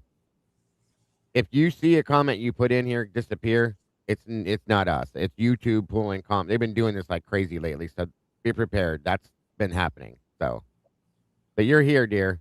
They went to private. Who did? I didn't. There's nothing private here. Are you talking about in here, Patricia, or something else? We're still here. That's odd. This channel mods? No. No, nothing's changed in here. Everything's still the same. It went to subscribe. Oh, we put subscribers only on after a certain period of time. That does happen, yeah. Is that what happened? Oh, yeah. SRB fixed it. She said you're okay now. Thank you. We do run subscribers only from time to time, depending on how large the chat is. But yeah, it's okay. You're good. You're good. You're in here now. We see you. Yeah, it was just she hit the wrong button for settings on this. That's all. No big deal. It happens when they get busy. Sometimes we hit wrong buttons. No biggie. And then sometimes the subscriber mode will do that when it first goes into effect and it rolls you back, so on and so forth. That's all. No big deal. Thank you. No worries. You are welcome. All right. On we go. 4 times on my face, my teeth knocked out. Just where is the protection there for the deceased? Why does the deceased have no say? Well, obviously they don't have a voice, but Olivia was like, I'm going to be her voice. And nobody needs to see this. And that's exactly what we have been trying to do, is be the voice for the voiceless. And you are calling us trailer trash, saying we're mentally ill and that we don't need to do that. Okay, that's fine. You must be very proud of her for Absolutely. dealing with this and spearheading. And obviously she had your support, your husband's support, everybody in the family support. But the grief here, the loss, and the method of murder is incomprehensible in this case. And I've covered violent crimes for 46 years, literally. Some of the worst things that human beings can do to each other. And I must tell you, this, in terms of being senseless, is right at the top. As a journalist, as a parent, we all worry when we send our kids off to college. We all remember what we did when we were in college. Thankfully, most of us emerge on the other side unscathed, or at least not experiencing anything we needed to share with our parents. But Right. this is at a whole different level. For you to sit here and talk to me about it, first of all, I think is amazing. And I want you to take people through the process of what you and your family have had to deal with to come out on the other side and to be able to live. I guess there's no normal, but to get to a new normal. Thank you, Patricia. So that you can put this in perspective and keep going for your other children and for the sake of your marriage and the rest of the people in your lives. I mean, how do you do that step by step every day? It is very day by day. Because, for, over 3 years now, it's felt like, a constant attack. And, the justice system is not something easy to go through. So, just thinking that we were going to be going to trial and all the proceedings before that, were very, mentally and emotionally exhausting and painful, constantly waiting for the judge to make a decision. Cause, I think there was very little ruling from the bench. So, sometimes it was weeks waiting for a motion to be answered by the judge. And that just is just very hard on the family. Things were trickled back to us during that time of Kaylee's. At some point, we got a huge amount of Kaylee's things that were all boxed up, which I never went through until recently. And then there was also several months later, we were given the option to go down to, they had like a modular home on U of I campus, and it had their bedroom set up, and we could go in there and get the rest of their things. So that was incredibly emotional. Seeing him in court, just being there in court, my husband and I think we missed 2 court appearances between Ada County and Latah County. So Latah County is a 6-hour drive for us. And, we were there. We felt it was important to be there. And it's very difficult. And I got my strength from God. And praying was very something that I found to find incredible strength in. And my husband, my family, my kids, my grandkids, you have to keep going.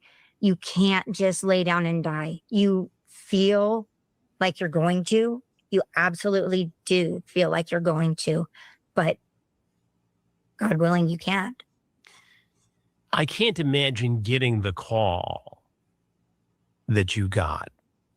And I can't fathom this crime happening at the University of Idaho in an off-campus home shared by, 4 college pals. It's not a place where you have to lock the doors, typically. I mean, I know you told your daughter to do so. I'm sure you did. But they're just living their lives, and it's not just not a high crime area. It's not a crime area at all, aside from kids stealing bicycles or having too much to drink at the pub or whatever. I mean, it's unfathomable to me to get that call about a child at the University of Idaho? Absolutely. Moscow is a beautiful little town up here in the Panhandle, North Idaho. It's about an hour and a half, maybe close to 2 hours from where we live. So, it was always a quick trip down there to get there for Kaylee to come home. Very quaint town, very nice. And to think that one of the worst crimes in American history happened in Moscow, Idaho, to my daughter and her best friend and two other friends, it still just seems unbelievable to me. There was a lot of speculation early on, Christy, about whether or not the Moscow police were up to the task here. And there were a number of weeks before an arrest. But looking back, as it turns out, the Moscow police and the FBI were doing everything they could do and everything they were supposed to do, and in fact brought this case to a successful arrest. Did you have an inkling as the weeks went by that they were on this? Did you have confidence? Did you have an inside track on this? Or were you wondering at some point, God, are they ever going to get the killer in this thing? They held it completely close to vest. We had no idea. We had none. Matter of fact, the night they arrested him, it was the day before Kaylee and Maddie's celebration of life. Their celebration of life was on December 30th, and we had family all in town, so our house was full. And that night, I had a complete, utter breakdown. I just said, I can't keep doing this. I can't do this. I can't live not knowing who has done this. And I felt helpless. I felt hopeless. And I felt like it was going to become a cold case. And I did not know how I was going to be able to handle that. And I just, I was on my knees and I was crying and, to Steve. And we wound up going to bed. And a few hours later, Shannon called me. It was around 10:30 at night, almost 11 actually. And Shannon called and I was like, why is Shannon calling me? I kind of woke up. I was barely asleep. And he said, Christy, they've made an arrest.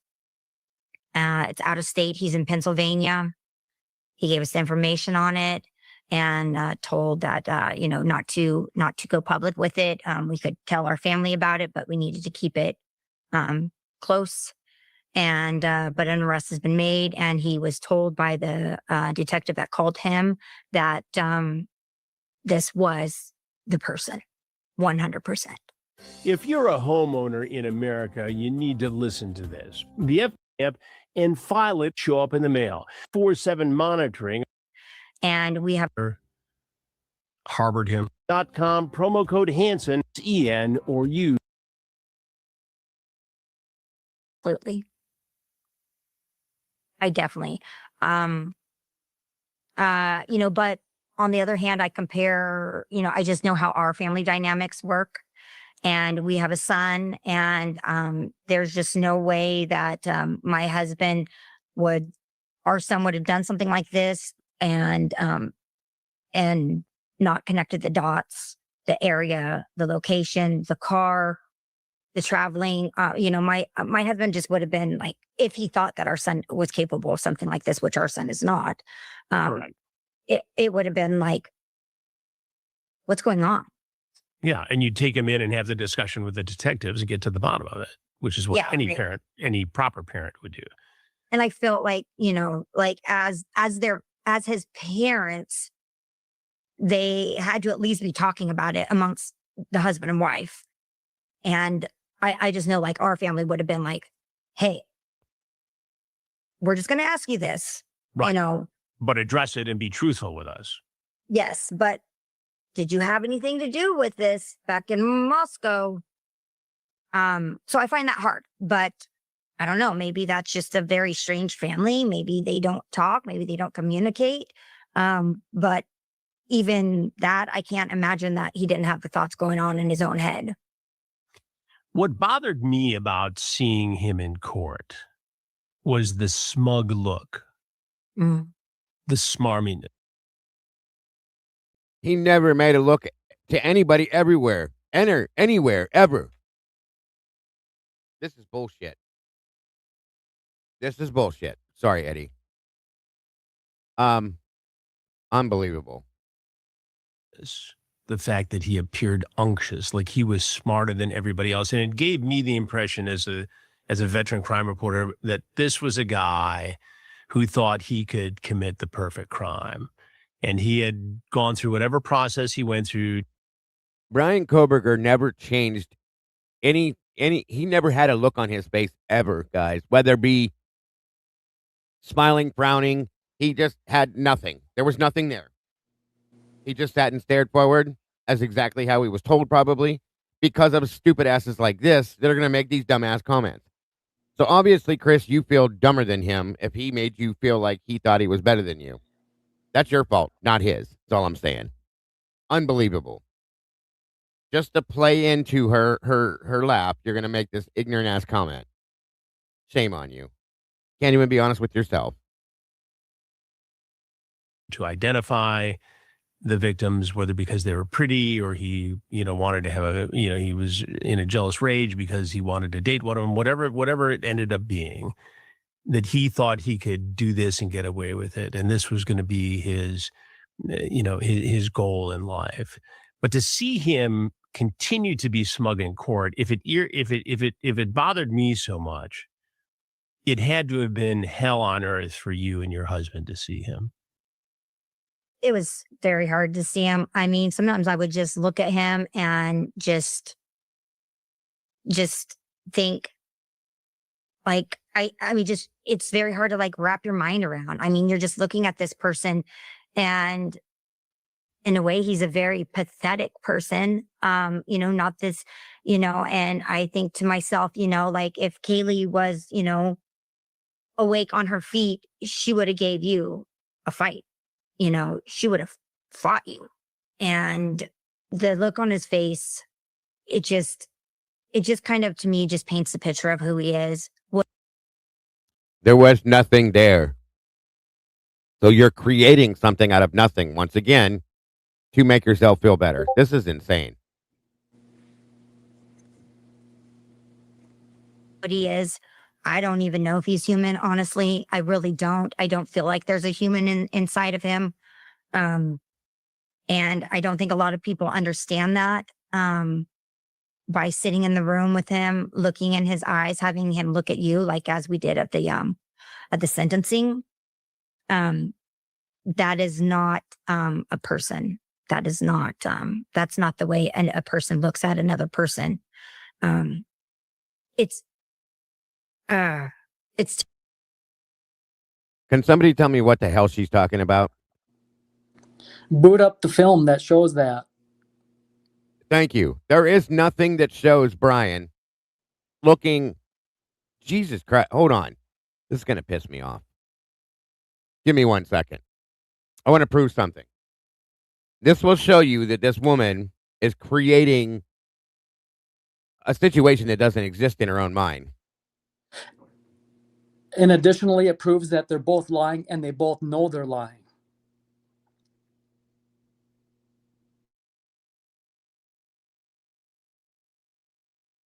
$100%, bro. 100%. Like it probably will. The guidance that we're getting is. Okay, here we go. This is the Brian Koberger sentencing hearing, okay? Now. To make them proud. Do you see his face? Look at that. How do you look at a human being the way he's looking at a human being right now? You've got to be kidding me. They're both lying. Eddie's right. They're both lying. They both know they're lying to ensure that they continue to run the narrative that people don't forget. Don't forget, Brian has to be guilty. Look at him. He's so evil. He has no emotion on his face. And to be honest with you folks, he was probably afraid to have any emotion. He was probably told not to have any emotion because of shit like this right here. He's doing nothing. This ties into what I was talking about at length the other day on your program, was the more absurd the argument, then the weaker the foundation. Exactly. There you go. Do me a favor. Do me a favor real quick. Go look up on YouTube Behavior Panel, Brian Koberger. They only did, I think, one thing on Brian Koberger, and it's a still shot. Yeah, I've watched that. Short, I've seen it. and it's kind of fast forward, and he did not move very little throughout that whole thing. That'll give you a perspective. Or everybody. I mean, I've seen it. I watched the whole thing, but I know there was no emotions being shown on purpose because these people do this kind of shit. Just in case everybody in the audience can see that, if they haven't seen it already, they know. That's what I'm saying.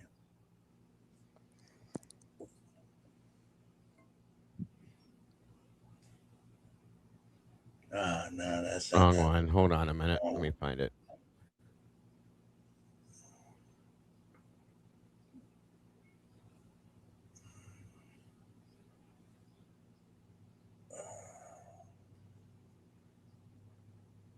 I think it was a little short. Let me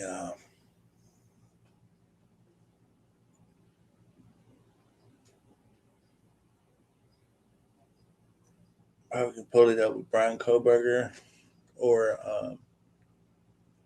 Idaho 4, because I believe that's the only video they've done.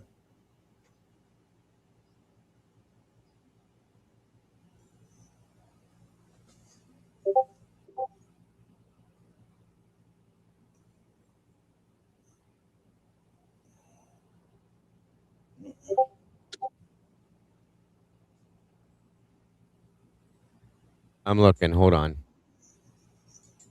I'm going to look too. I'm sorry, guys. I just thought this. The man. Listen, for throughout this entire thing, I don't care where it was, whether he was being walked in and out of the jail, whether he was. That's Dr. G. Maybe this is it. I agree, Dago. No matter what you try to pull up throughout this entire process, look, he has never wavered. He has been picture perfect, if you will. Yeah, he never his smiled. Disposition on, in front of the public.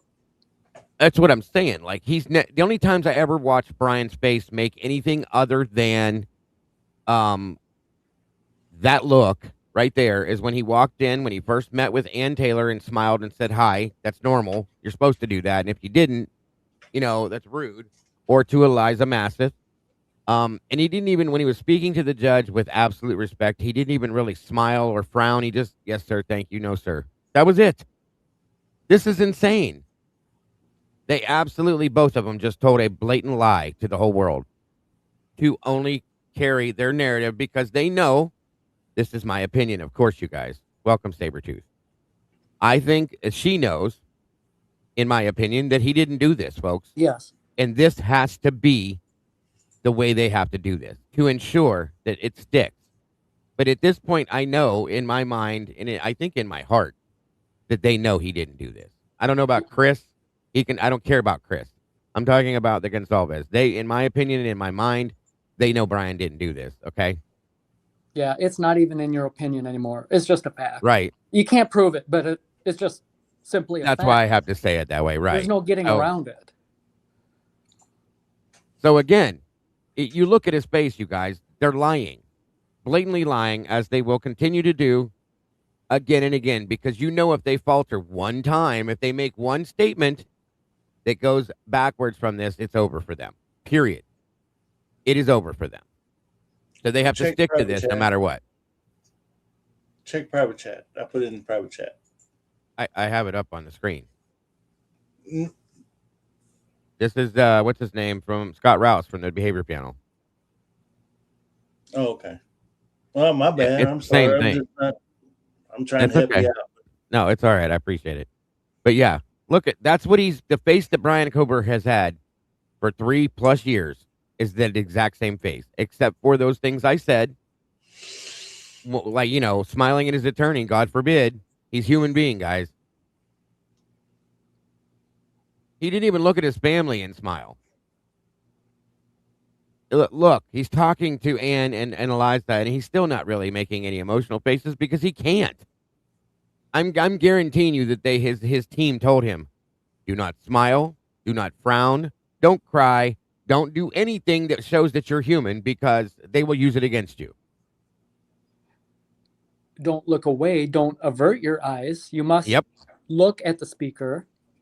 Otherwise, there'll be hell to pay for that. Yep. Anything he was going to do was going to be held against him no matter what. So, absolute and pure bullshit. He should have been making anybody that was... Okay, let me put it this way. If this man was who they've made him into be, who they've tried to create, okay, he should have been laughing at them, smiling, yelling back at Olivia when she made the statement she did, arguing. You're good, Sausage. Good to see you, dear. All of that. And he did nothing, you guys. When she called him a pedophile, he should have lured, like grimaced at her or something. He did nothing. Welcome, Jody. Good to see you. Defense Rest in the house. Nothing. He did nothing. So she's lying, and Hanson's right in there lying with her. Welcome, Joanne. This is disgusting. Yeah, Pamela Smith, you're right. Olivia's speech was trying to goad him into making a mistake. They wanted him to make that face. You're right, Eddie. Pamela says, even Olivia said her speech riled him, and that was absolutely right. That's what they wanted. They wanted Brian to make some kind of they wanted to get a reaction. They wanted to hurt him. And like I said to you guys, in my opinion, you can't hurt somebody that doesn't feel the attachment to what you're accusing them of. So in my opinion, Brian just let it roll off. It's not him they're talking about because he didn't do this.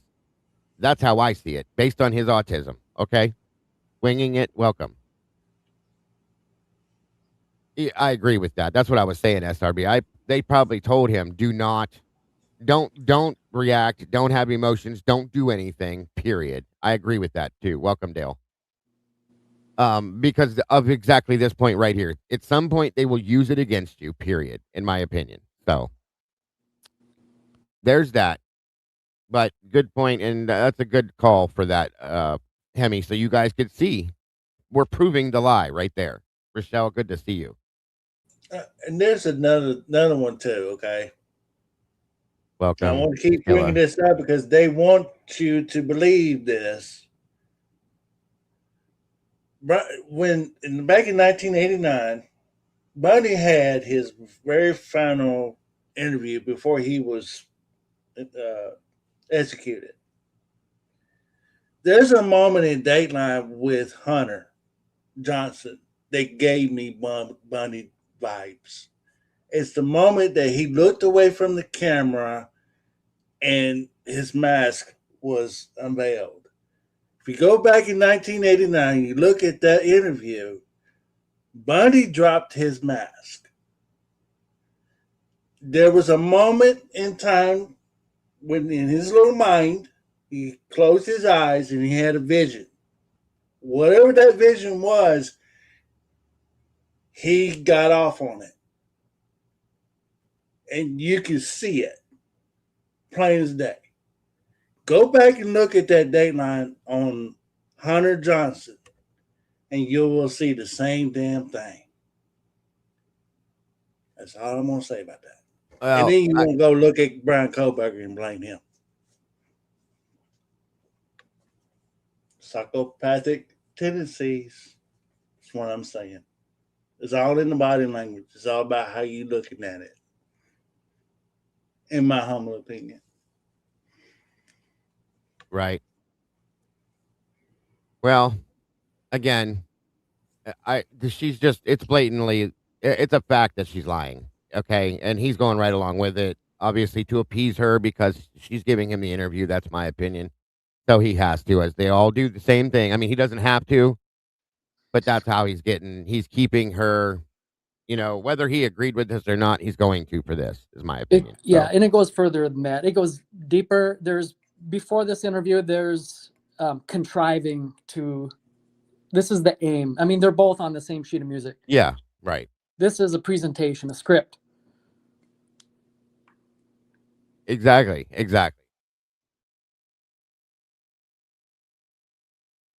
All right, on we go for more nonsense. Sandra, welcome. Good to see you. Blue Devil, good to see you. Sausage, welcome. Feather, welcome. Making sure I didn't miss anybody. Sabretooth, great to see you today. Thank you for joining us. Mittens, welcome back. Great to have you. Microdot, always happy to see you. Rochelle Fiscus, great to see you. And the cat's meow. Skilla, welcome back. Miss Jody, again, the defense rest in the house. And anybody I may have missed, I was winging it every day. Good to see you. I will catch up. And thank you for being here. Thank you to the moderators that have jumped in with us. We appreciate you very much. Thank you, SRB. And we go. Terrifying. It is terrifying, and it's just. And I don't think a lot of people understand that. By sitting in the room with him, looking in his eyes, having him look at you, like as we did at the sentencing, that is not a person. That is not. That's not the way a person looks at another person. It's. I want for her to demonstrate how she expected him to look at her. That's what I want to hear. What did you expect him to do? That's what I want to know, because she won't explain that, because she can't, because she knows she's lying. That's my opinion again. Altruistic, welcome. Good to see you. Circus Music as well. It's terrifying. It is terrifying, and it's just shocks the conscience that another human being could do that to anyone. He entered into a plea agreement, and it avoided going to trial, which can be painful. He avoided the death penalty, but will never see the light of day. Looking back at that agreement, and I understand why prosecutors consider this, and I understand why families may or may not sign off on it. And I could argue myself into a standoff as to whether it's better for somebody like this to have the death penalty or better for them to suffer in prison the rest of their lives. Looking back at that plea agreement, how do you feel today? I think the plea deal was terrible. And I think we thought it was terrible when it took place, how it happened. And now I think that we feel like it's even worse because of the fallout of the information, the conspiracies, and people saying that he just pled guilty, that it happens all the time. People plead guilty for unknown reasons when they're not guilty. It does happen all the time. It is not unknown reasons. They do it for the betterment of themselves in the future. So she's lying here too, and she knows this. If she has any kind of intellectual intelligence whatsoever, I didn't mean intellectual. If she has any kind of intelligence whatsoever in the basis of what she's talking about, then she knows this happens all the time. It's not an abnormal thing. Jesus Christ. Which they think that he did. And at least I feel like if we were able to go back to that plea deal, which we tried to demand. I mean, we had 24-hour notice. Actually, we didn't even have that when we were told that the plea deal was happening. But we initially, we just went right in and we said, what are the agreement, the terms of this plea deal? And, they told us the terms, and we were like, why are you not asking for allocution? Why are you not asking him to give information that only he would know? There's things that only he would know. And they said, well, he was just going to lie. Well, then you ask him things that he can't lie about. There are things that he can't lie. And you could say, nope, try again, or else we're not going to do this plea. Like, there was a second weapon used on Kaylee that is unknown, even to the FBI to this day, does not know what was used to beat Kaylee's face. It left marks that have not been able to be identified by the best of the best. Tell us. Yeah. I hope nobody in here. Are you having problems, Moto? Or were you trying to leave? No, I kept messing up StreamYard. Oh, okay. It's okay. But here's the thing, folks, with what she just said, I'm sorry, but that's not true. They know. In my opinion, they know. They just haven't told them. Or she knows. It can go one of two ways. Either she doesn't know and she believes what they're telling her when they say they don't know what the other weapon was that caused the marks to her face or whatever. I think they know. I do believe that it's possible that the Gonzalez's don't know because they weren't told for whatever reason, because maybe it would change the story and they might catch on to that it wasn't something Brian did, but that's me. They know. The FBI had it. You guys you don't understand, or you do, but if the FBI is involved in this, they absolutely know what the other weapon or weapons were. This is just more bullshit that they've told them. In turn, she believes it. It's ridiculous. Sorry, but I'm sorry. I just don't believe it. Oh, thank you, altruistic. Great to have you here.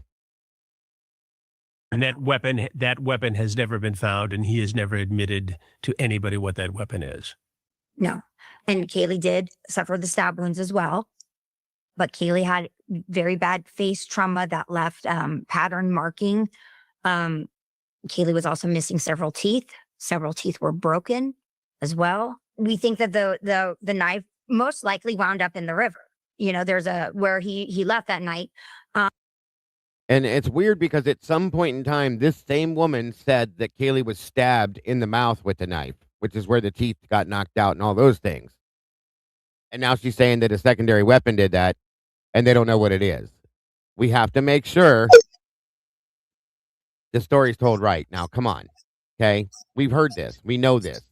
You can't have it both ways. I'm sorry, no disrespect intended. You don't know. Okay? And if you don't know, then just say I don't know. They won't tell me. Do what you're supposed to do, enforce it. Or you do know and you've been told to keep your mouth quiet. I'm just saying. These are my opinions, and I mean with all due respect to and compassion towards what their loss has been. But at the same time, you can only take that so far, folks. It can't be okay to be this way, is all I'm saying. Which is probably never will be found, right? I mean, even if you threw it in at this location, it probably traveled, you know, depending on how deep the water is there or not. But they could have at least asked, you know, what did you do with your clothes? Maybe he would have lied and said, oh, I dumped them in a dumpster. Maybe he would have said he burned them. But I think him speaking more, just him speaking more, would have stopped a lot of this nonsense that's going on. And then you can look at your buddy Bill Thompson for that. Okay. He would, and they stopped him. And this is my opinion. It's always been my opinion since this happened. I've said this more than once. They did not allow Brian Koberger to speak because he couldn't do it for one of two reasons. Okay.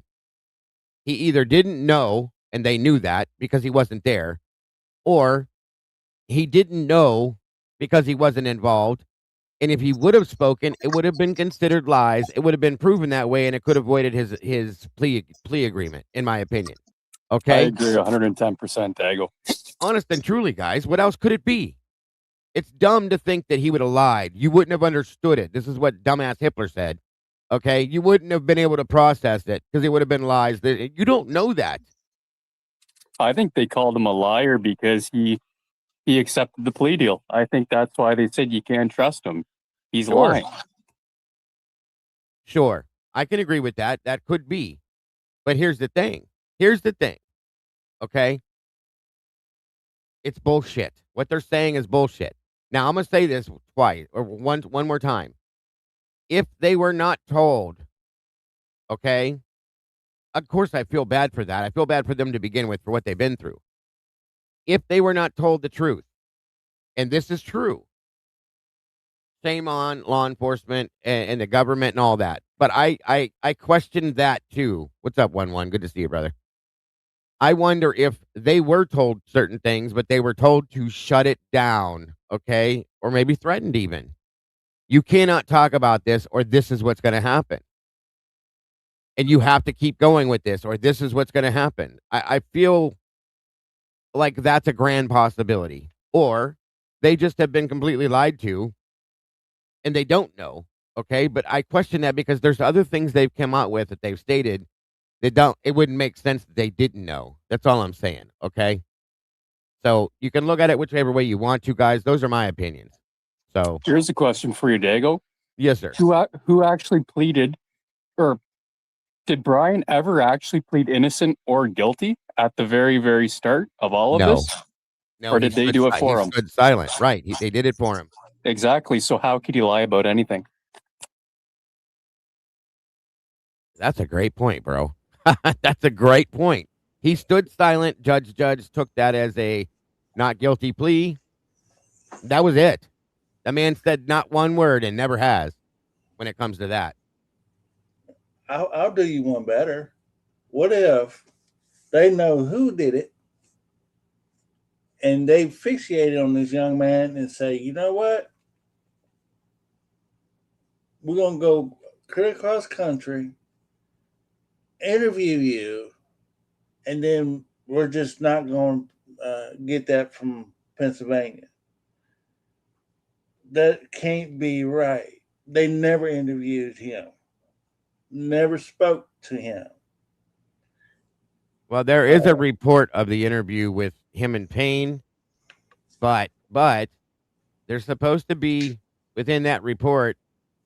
It says for more questions, refer to Gilbertson's report, which is just non-existent. Neither is the mini recording or anything else. It just doesn't exist now. They've lost it, they said, according to what Jules found out. So I do have questions about some of that.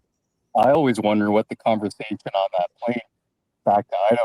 I wonder if there was any conversations on that plane. I'm sure that there was, and I'm sure they recorded him just to try to catch him in something or get him to say something, maybe. But again, he's not stupid. So without an attorney present, which he didn't have, his attorney was in PA as he was in mid-flight. I guarantee you he's not going to say something. That's my opinion. If there is an interview, then I'm sure Ann Taylor could have gotten it from Pennsylvania. Oh, I'm sure. He had his own attorney in Pennsylvania. Right. Now, I agree. So by them not getting that, and that's not being available to Ann Taylor, she would have to have it. She would have to have that. One anyway. I don't think she doesn't have the PA stuff, but there in turn, we don't have it is what it is. Okay. She would have to have that though. Probably from the beginning. We might be getting that, but that might not be until and for another year or so, right? Well, according to what I heard, PA is not going to release anything. So I don't know, but I'm definitely curious though. We'll figure out how we can work that out if we ever can. My question is, wouldn't his Pennsylvania lawyer be involved in that and be able to get that if that took place? Yeah, but here's the thing. He can't release anything. That's the problem. He even said he can't even talk about it. Because I thought about reaching out to him to try to get him to do an interview, but he can't talk about anything. So therefore, in turn, it would be a waste, you know? Wow. Okay. But yeah, I mean, I'm sure it's there, but I'm sure they have him on an NDA with the case. And then I remember seeing one of his interviews, and he said he can't do this, he can't do that. And then, of course, unless Brian allows, he can't talk about anything. So I wonder what kind of deal Brian has to keep quiet. Say again? I wonder what kind of deal Brian has to keep quiet. I wonder if there's a deal. That's a good question. I wonder if there's a deal to keep him safe from prison if he doesn't speak. That's another good point too. That's a really good point, actually, Moto. I like that. What's up, Lenny? Good to see you. Crud Dog, Cruddy's in the house. Good to have you here. And I think I saw somebody else, but that's a really interesting point, Moto. I like that. What's up, JP? Need to go to court in PA to get it right. Yeah, I don't think that would ever. We could probably try to FOIA that from Pennsylvania. From what I understand, nothing. They won't release anything.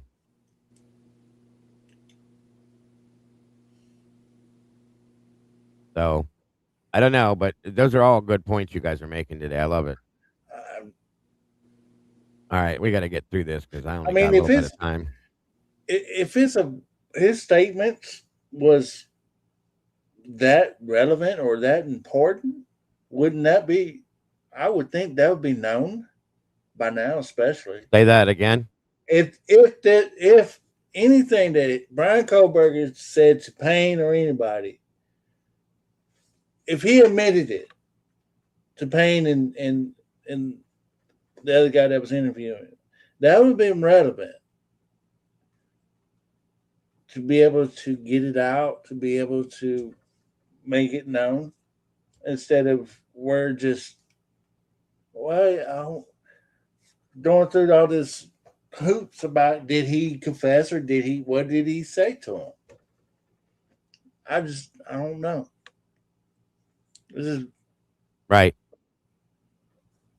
It should be released. Is what I'm saying. It shouldn't be withheld. Well, of course it should, but they don't see things the way we see things, so evidently not. And they're never going to.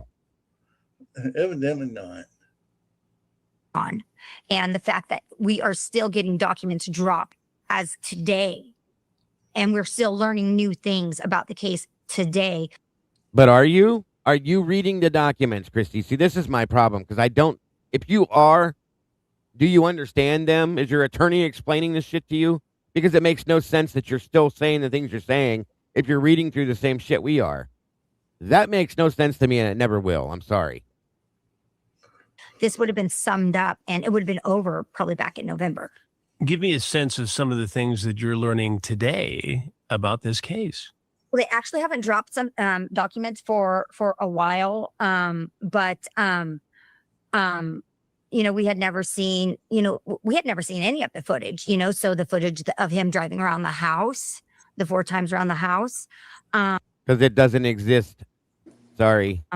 You could hear Murphy barking, and you see the girls come home. So that was the last things. They were, I think there was an issue because things were coming out that were supposed to be redacted. That's a really interesting statement. We never saw the footage of the vehicle driving around 4 times. Did anybody else catch that? Yeah, I think that's interesting that they've never seen that because it's not there, in my opinion. That's not what's being seen. Exactly. Thank you. Steve said he saw it. She says they don't. What's true, what's not? Once again, here we are. This probably explains why Steve's not here. More lies. That were unredacted. And that was such as, the kids, the victims, some of the victims, not our kids, but the neighbors and the friends, they were releasing their fingerprints and their social security numbers and stuff like that. So they were like, oh no. And then some of the crime scene photos came out. And unfortunately, Xana was in some of those photos. 3 photos that actually showed Xana. So we, as a family, met with the governor's office, and we said, 3 photos that showed Xana. What is going on? Like, this is uncalled for. This should not be happening. And it seems like since we had that meeting with the governor's office, nothing has been dropped since then. So I don't know if they got in touch with these entities, which is MPD, ISP. I doubt the FBI will release anything, but City of Moscow releasing things. And I think they kind of said, you guys need to figure out what's going on, but we cannot make these mistakes. So since then, nothing has really came out, but it was new things every day. It was, the footage, it was crime scene photos, it was interviews, nothing that led us away or let us steered us from 163214 being the perpetrator and the sole perpetrator, but other people feel differently, which, is just, I feel like it's a mental illness, The release of this information, and again, people have a right to know.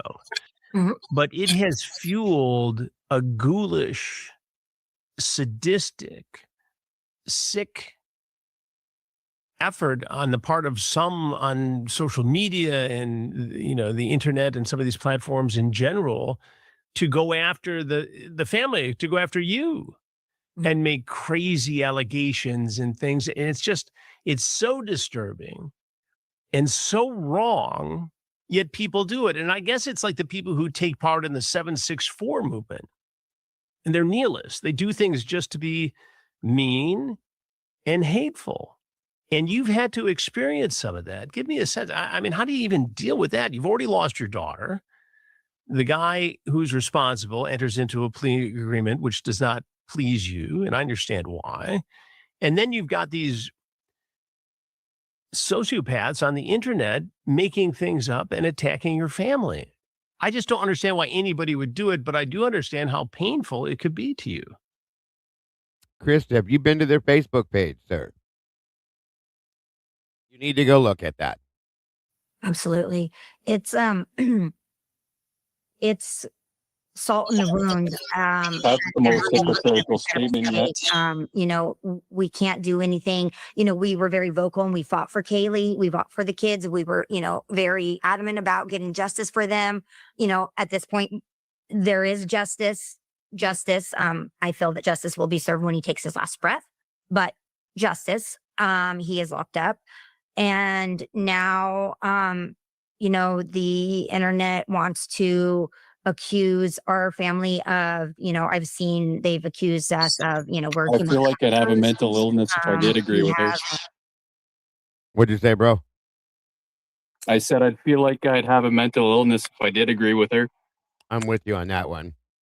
Now, the things she's saying here, yeah, I agree. Like, none of this stuff is should ever be happening, but we're not the ones doing that, okay? Not at all. Sex parties. We were trafficking Kaylee and Maddie at very young ages. We were putting them out there. We got Kaylee breast implants when she was 15 years old, which is untrue. Kaylee did not have breast implants because Steve liked a certain look, and that's what he wanted. He was grooming her. It's just horrible. That, I agree, is insanity, okay? Nobody should be saying that kind of shit. That's nuts. So, but we're not saying that. We're sitting here telling you something is not right with this. This is not, what they're telling you it is. This is ridiculous, you guys. Jesus Christ. So whoever's saying that kind of shit, shame on you. Okay? Shame on you. I'll be honest with you. But that is not us. And you can't put us in that same category. You find the people that are doing that. You say that shit to them, not the rest of us, because we're not those ones. Good God. Absolutely. And this stuff comes from nowhere. And I've seen it. Nowhere. And I get it as a public figure. People will say mean and untrue things, but taking it and extending that behavior towards you is. And that's what she does, okay? They do. I'm sorry, but SRB's right. If this is coming from these channels, okay, we're not all the same, obviously. Go find those channels. You pinpoint those channels. Deal with it that way, but don't put us all in that same category because none of us are fucking like that I know. Any of us that associate with each other don't do that shit.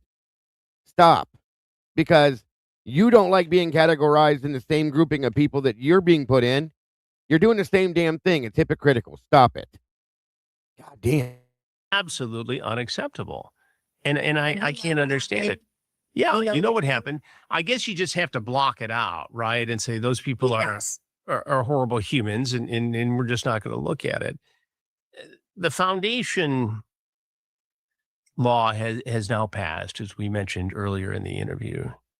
Will this be Kaylee's legacy? Will this be one of the important things that people will remember about her and to give? That's a good point. They're upset at the people that said such things, while also telling anyone that thinks transparency will show that Brian is not the guy, that those people are looking at child pictures, CSAM stuff. This is sickening. This is fucking sickening. I'm sorry, but it's disgusting. Her logic is absolutely flawed. 100%. I agree with that. And it's wild Where does your thinking process come into play? You need to go talk to somebody. What'd you say? This is the problem. She's trying to push her own narrative. Right. And the only narrative that she wants heard is the one that they're pushing. Exactly. I think she's just doing it for money. Well, it's starting to fall out that way. It's really sad. These are not children. These were adult, male and female, in their early 20s. Okay? This is sick, you guys. This is so sick. You need help. You truly and honestly, I'm sorry to say this, all due respect, but you need help. Bad. Again, maybe that's why Steve's not in this. You know, I'm not saying he's perfect either, but, you know, he's had his own part in this, but I'm sure he's probably not about any of this. Or he just couldn't make it. Others a sense of justice going forward. I really hope so. And we have high hopes for the foundation. And Good point, Sausage. we are aligned with amazing people who started out as a complete stranger, and she came into my life. And her name is Tracy Bracco, and she's the most amazing woman that I've ever known. And I've never even met her in real life yet, but it will happen. Exactly, And Jen. she has put together a wonderful team, and her family has been incredible in helping us get this going, and just made, literally, I feel like has made miracles happen. Well, I was approached out of the blue by Tracy as well, as you are probably well aware. And she's indefatigable, and I think her heart and her mind are in the right place. And that is why I've agreed to lend my name to the foundation. And I hope that provides a positive influence and the kind of help that, you know, I can give, whatever it may be, whether it's appearances on this particular show or anything else I can do to continue to hear Kaylee's voice and to hear the voice of other victims. So I appreciate that. And I appreciate you letting me be a part of it. And I want to thank you for sharing all this. I know it's not easy, and it doesn't get any easier when you do interviews, but I've done a lot of these, and I got to tell you, you're making your daughter proud, and you make your family proud. And I'm proud to have you on my show. So thank you very much, Christy. Thank you. Thank you for helping us. Well, send my best to the rest of the family. Please know that we'll stay in contact. And there's a part of me that wishes we had never met, but we have. Right. And so I'll do my best for you. I promise. Take care. Thank you, Chris. Christy Gonzalez. Again, it's just, it's something that it's very hard still 3 years later to get your head around this crime is. But we appreciate sharing, and we appreciate whatever awareness comes out of something like this to make sure it does not happen again. We'll see. Thank you so much for that, Moonbill. God bless. Very much appreciated and very generous. God bless. See you next Wednesday on Have a Seat with Chris Hansen. In the meantime, Monday we'll have another episode of Predators I've Caught. On Thursday of every week, we drop an episode of Takedown with Chris Hansen on my streaming crime network, True Blue. Watch trueblue.com. In the meantime, thank you for shutting that off. What a damn disaster. So, good God, you guys. The only thing he said right there at the end was true, was it's hard to get your head around. It is. It's very hard to get around it. It's just, yeah, but it's also hard to get your head around what they just said too, which is absolute insanity and bullshit. Now I feel, by the way, we hit our goal. Thank you guys for that. Very much appreciated. Granted, anybody that's saying the really, really gross and nasty things that are being said, shame on you. You know, involving the parents in the murder, things like that. You know, come on, like get some couth. But that's not all of us.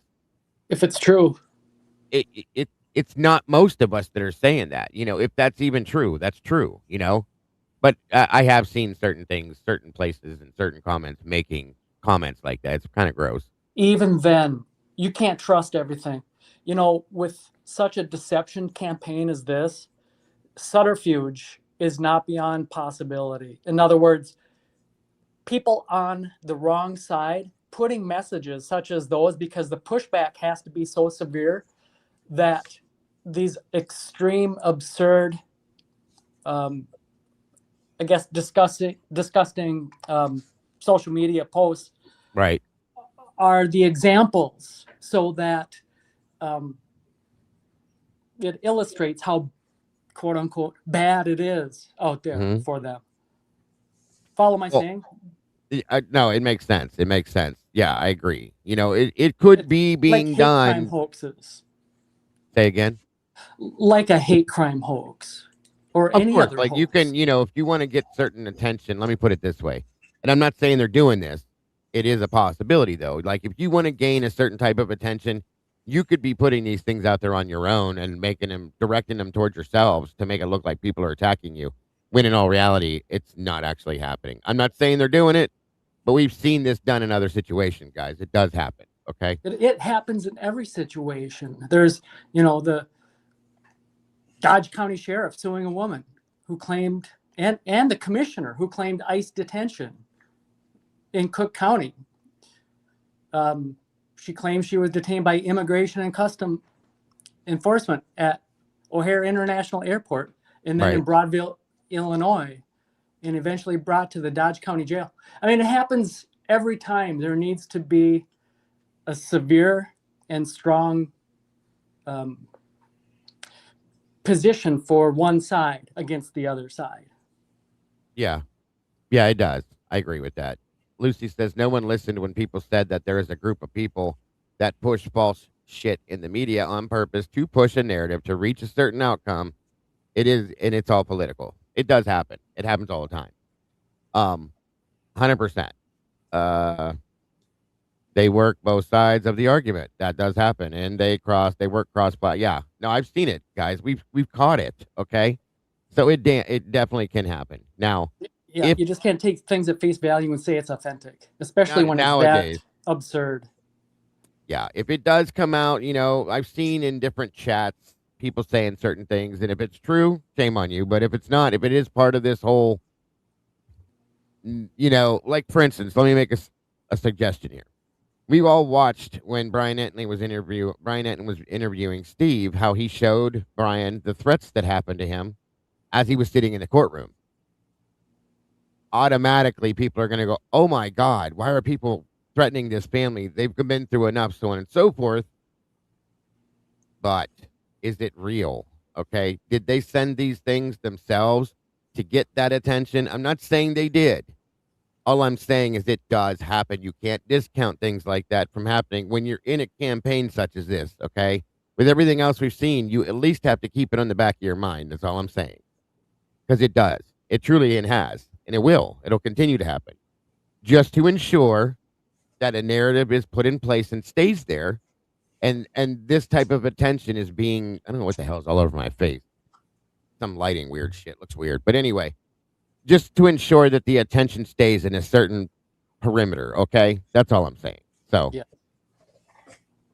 It does happen, guys. It's sad. It does happen. But for anybody that's out there, if you truly are, saying these things and you're not part of the group and you're doing this on your own and you're saying these things to these family members, shame on you. There's a special place in hell for you. Truly and honestly, there is. And there will be. But, again, it can go in one of two directions, folks. So I'm just going to say that, period. That's how I feel. Yeah, Jeffy is definitely part of that group. You ain't lying about that one, SRB. That's a joke. So, I know your time is short, but yes, go ahead. I dropped out initially right after that first video, the interview, yeah. Yeah, the interview. And it doesn't matter what his name is. My question is what was the date of that interview? Do we know? That was 1 month to the day, December 13th of 2022. 1 month to the day of the murders. Thank you. That's when they spent all that. I think they spent the whole day at the Stigma Chi house doing these interviews. So, welcome, Kim. And that was probably one of the most wasted interviews I've seen out of all of the Stigma Chi interviews. That one was just like a space filler, I swear to God. It was a waste. When they realized he had no knowledge of Ethan Chapin, they should have walked away. That's just my opinion. And it's interesting that he's one of the Sigma Chi brothers, and he had no clue who Ethan was, really. Or, like I said, all of those guys were told, you don't talk about this, or this, period, or there's consequences. You answer these questions only, and you're good. So, when did Stacy Chapin do that law? I can't remember when that was, but it would be interesting to know if those interviews happened before or after. I agree with that, Lucy. I do agree. Oh, my God, you guys, what a mess. So, Hemi, Moto dropped out again. Thank you for joining us, bro. I appreciate you, Moto. But Hemi or Eddie, are there anything you want to add before we get out of here today? No, I don't think so. Can I hear Hemisphere or? Hemi, are you talking? Yeah. Can you hear him, Eddie? No, I cannot. No, I ain't got nothing to add. So it's happened again. So I'll drop out now, and I'll All right, say brother. goodbyes to everybody. Thanks again, Dago, for having Thank me you. up, as always. Yes, and if you're available, bud, we'll be alive with the verdict room here in about 45 minutes, 40 minutes. It should be a good show. Lana's going to be joining us. If you have any time, pop into the chat. Say hello, if you will, please. And thank Will you. do. All right. Have a good All evening, right. everybody. You too, brother. Talk Thank to you for your everybody input, as always. later. Good night. Take care, bud. All right. No, so, I think everything that I said was pretty much throughout the thing. It's just unfortunate, but I don't know. It is. Okay. I've explained this a million times. Do you know how many people would have to be involved in a cover-up? Koberger did it. Do you know how many people wouldn't have to be involved and it could still happen? I've said this 1,001 times. Not everybody that's involved in this has to be involved in this. There's people that go to work day after day that just punch a time card that don't ask questions. They just do what they're told. They have no clue what's going on in the background. Not everybody in this is involved, Donald. Okay? I mean, and I respect your feelings on it. You think he did it. That's fine. Have you read the documents? Have you seen all of the evidence that doesn't exist? That's all I'll say in that aspect. I appreciate you being here, and I appreciate your input. But not everybody has to be involved, okay? It could be 5 people that know what's going on, and the rest of these people just punch a time card and do their job and don't say a word because they don't. They don't ask questions. It happens. We have 2 police officers in here, one former, one current, that have said the same things. They know. It's all I'm saying. But thank you, Donald. I appreciate your feelings and your input. I truly do. So, I get you one with the fog lights. Yes. All right, guys. Well, I think that's going to do it for this show. I know it was just a small one, but like I said, please tune in here in about 35 minutes. It's going to be an amazing show. No, I'm not tired, Michelle. It's just this lighting is killing me today. It's weird. I got lights everywhere. So there we go. I don't sleep all the time either, so there's that. But I could look tired. You never know. The top guys, low-level guys do the job knowing nothing when the top guys let out what needs to be let out. The lower guys are none the wiser. Good point. Thank you, sir. And yeah, 6 p.m. Eastern Standard Time here. You're gonna not want to miss this. Myself, Miss Kim with Typically Unique, of course, the lovely Miss Logan from Bronx Tales True Crime, and I'm not gonna say the lovely, but the awesome Mikey from The Last 24, and our amazing special guest will be Miss Lana from Truth to Transparency. You're gonna want to miss this one, guys. It's gonna be an awesome show. I hope to see you all there. Until then, don't forget to love yourselves, love each other, guys. And don't change a thing because you truly are the beautiful people. Nothing but love, folks. See you soon. Bye-bye.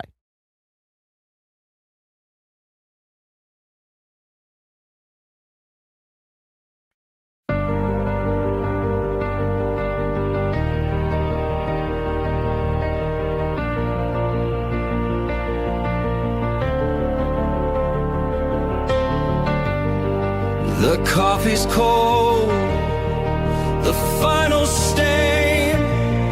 We laid the map out in the pouring rain. No hidden corners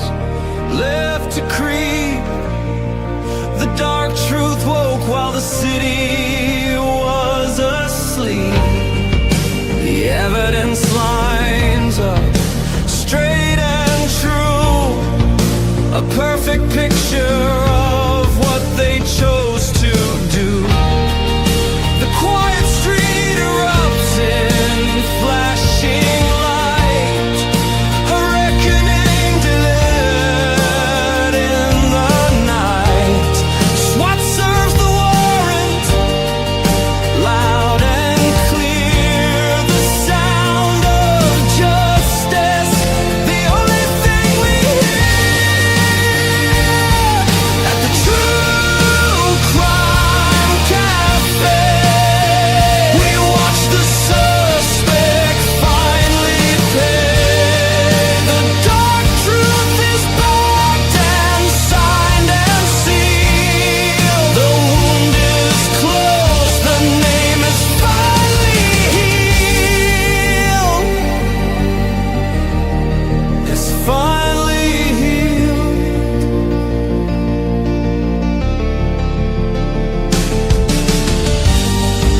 The cafe's empty, closed for the night.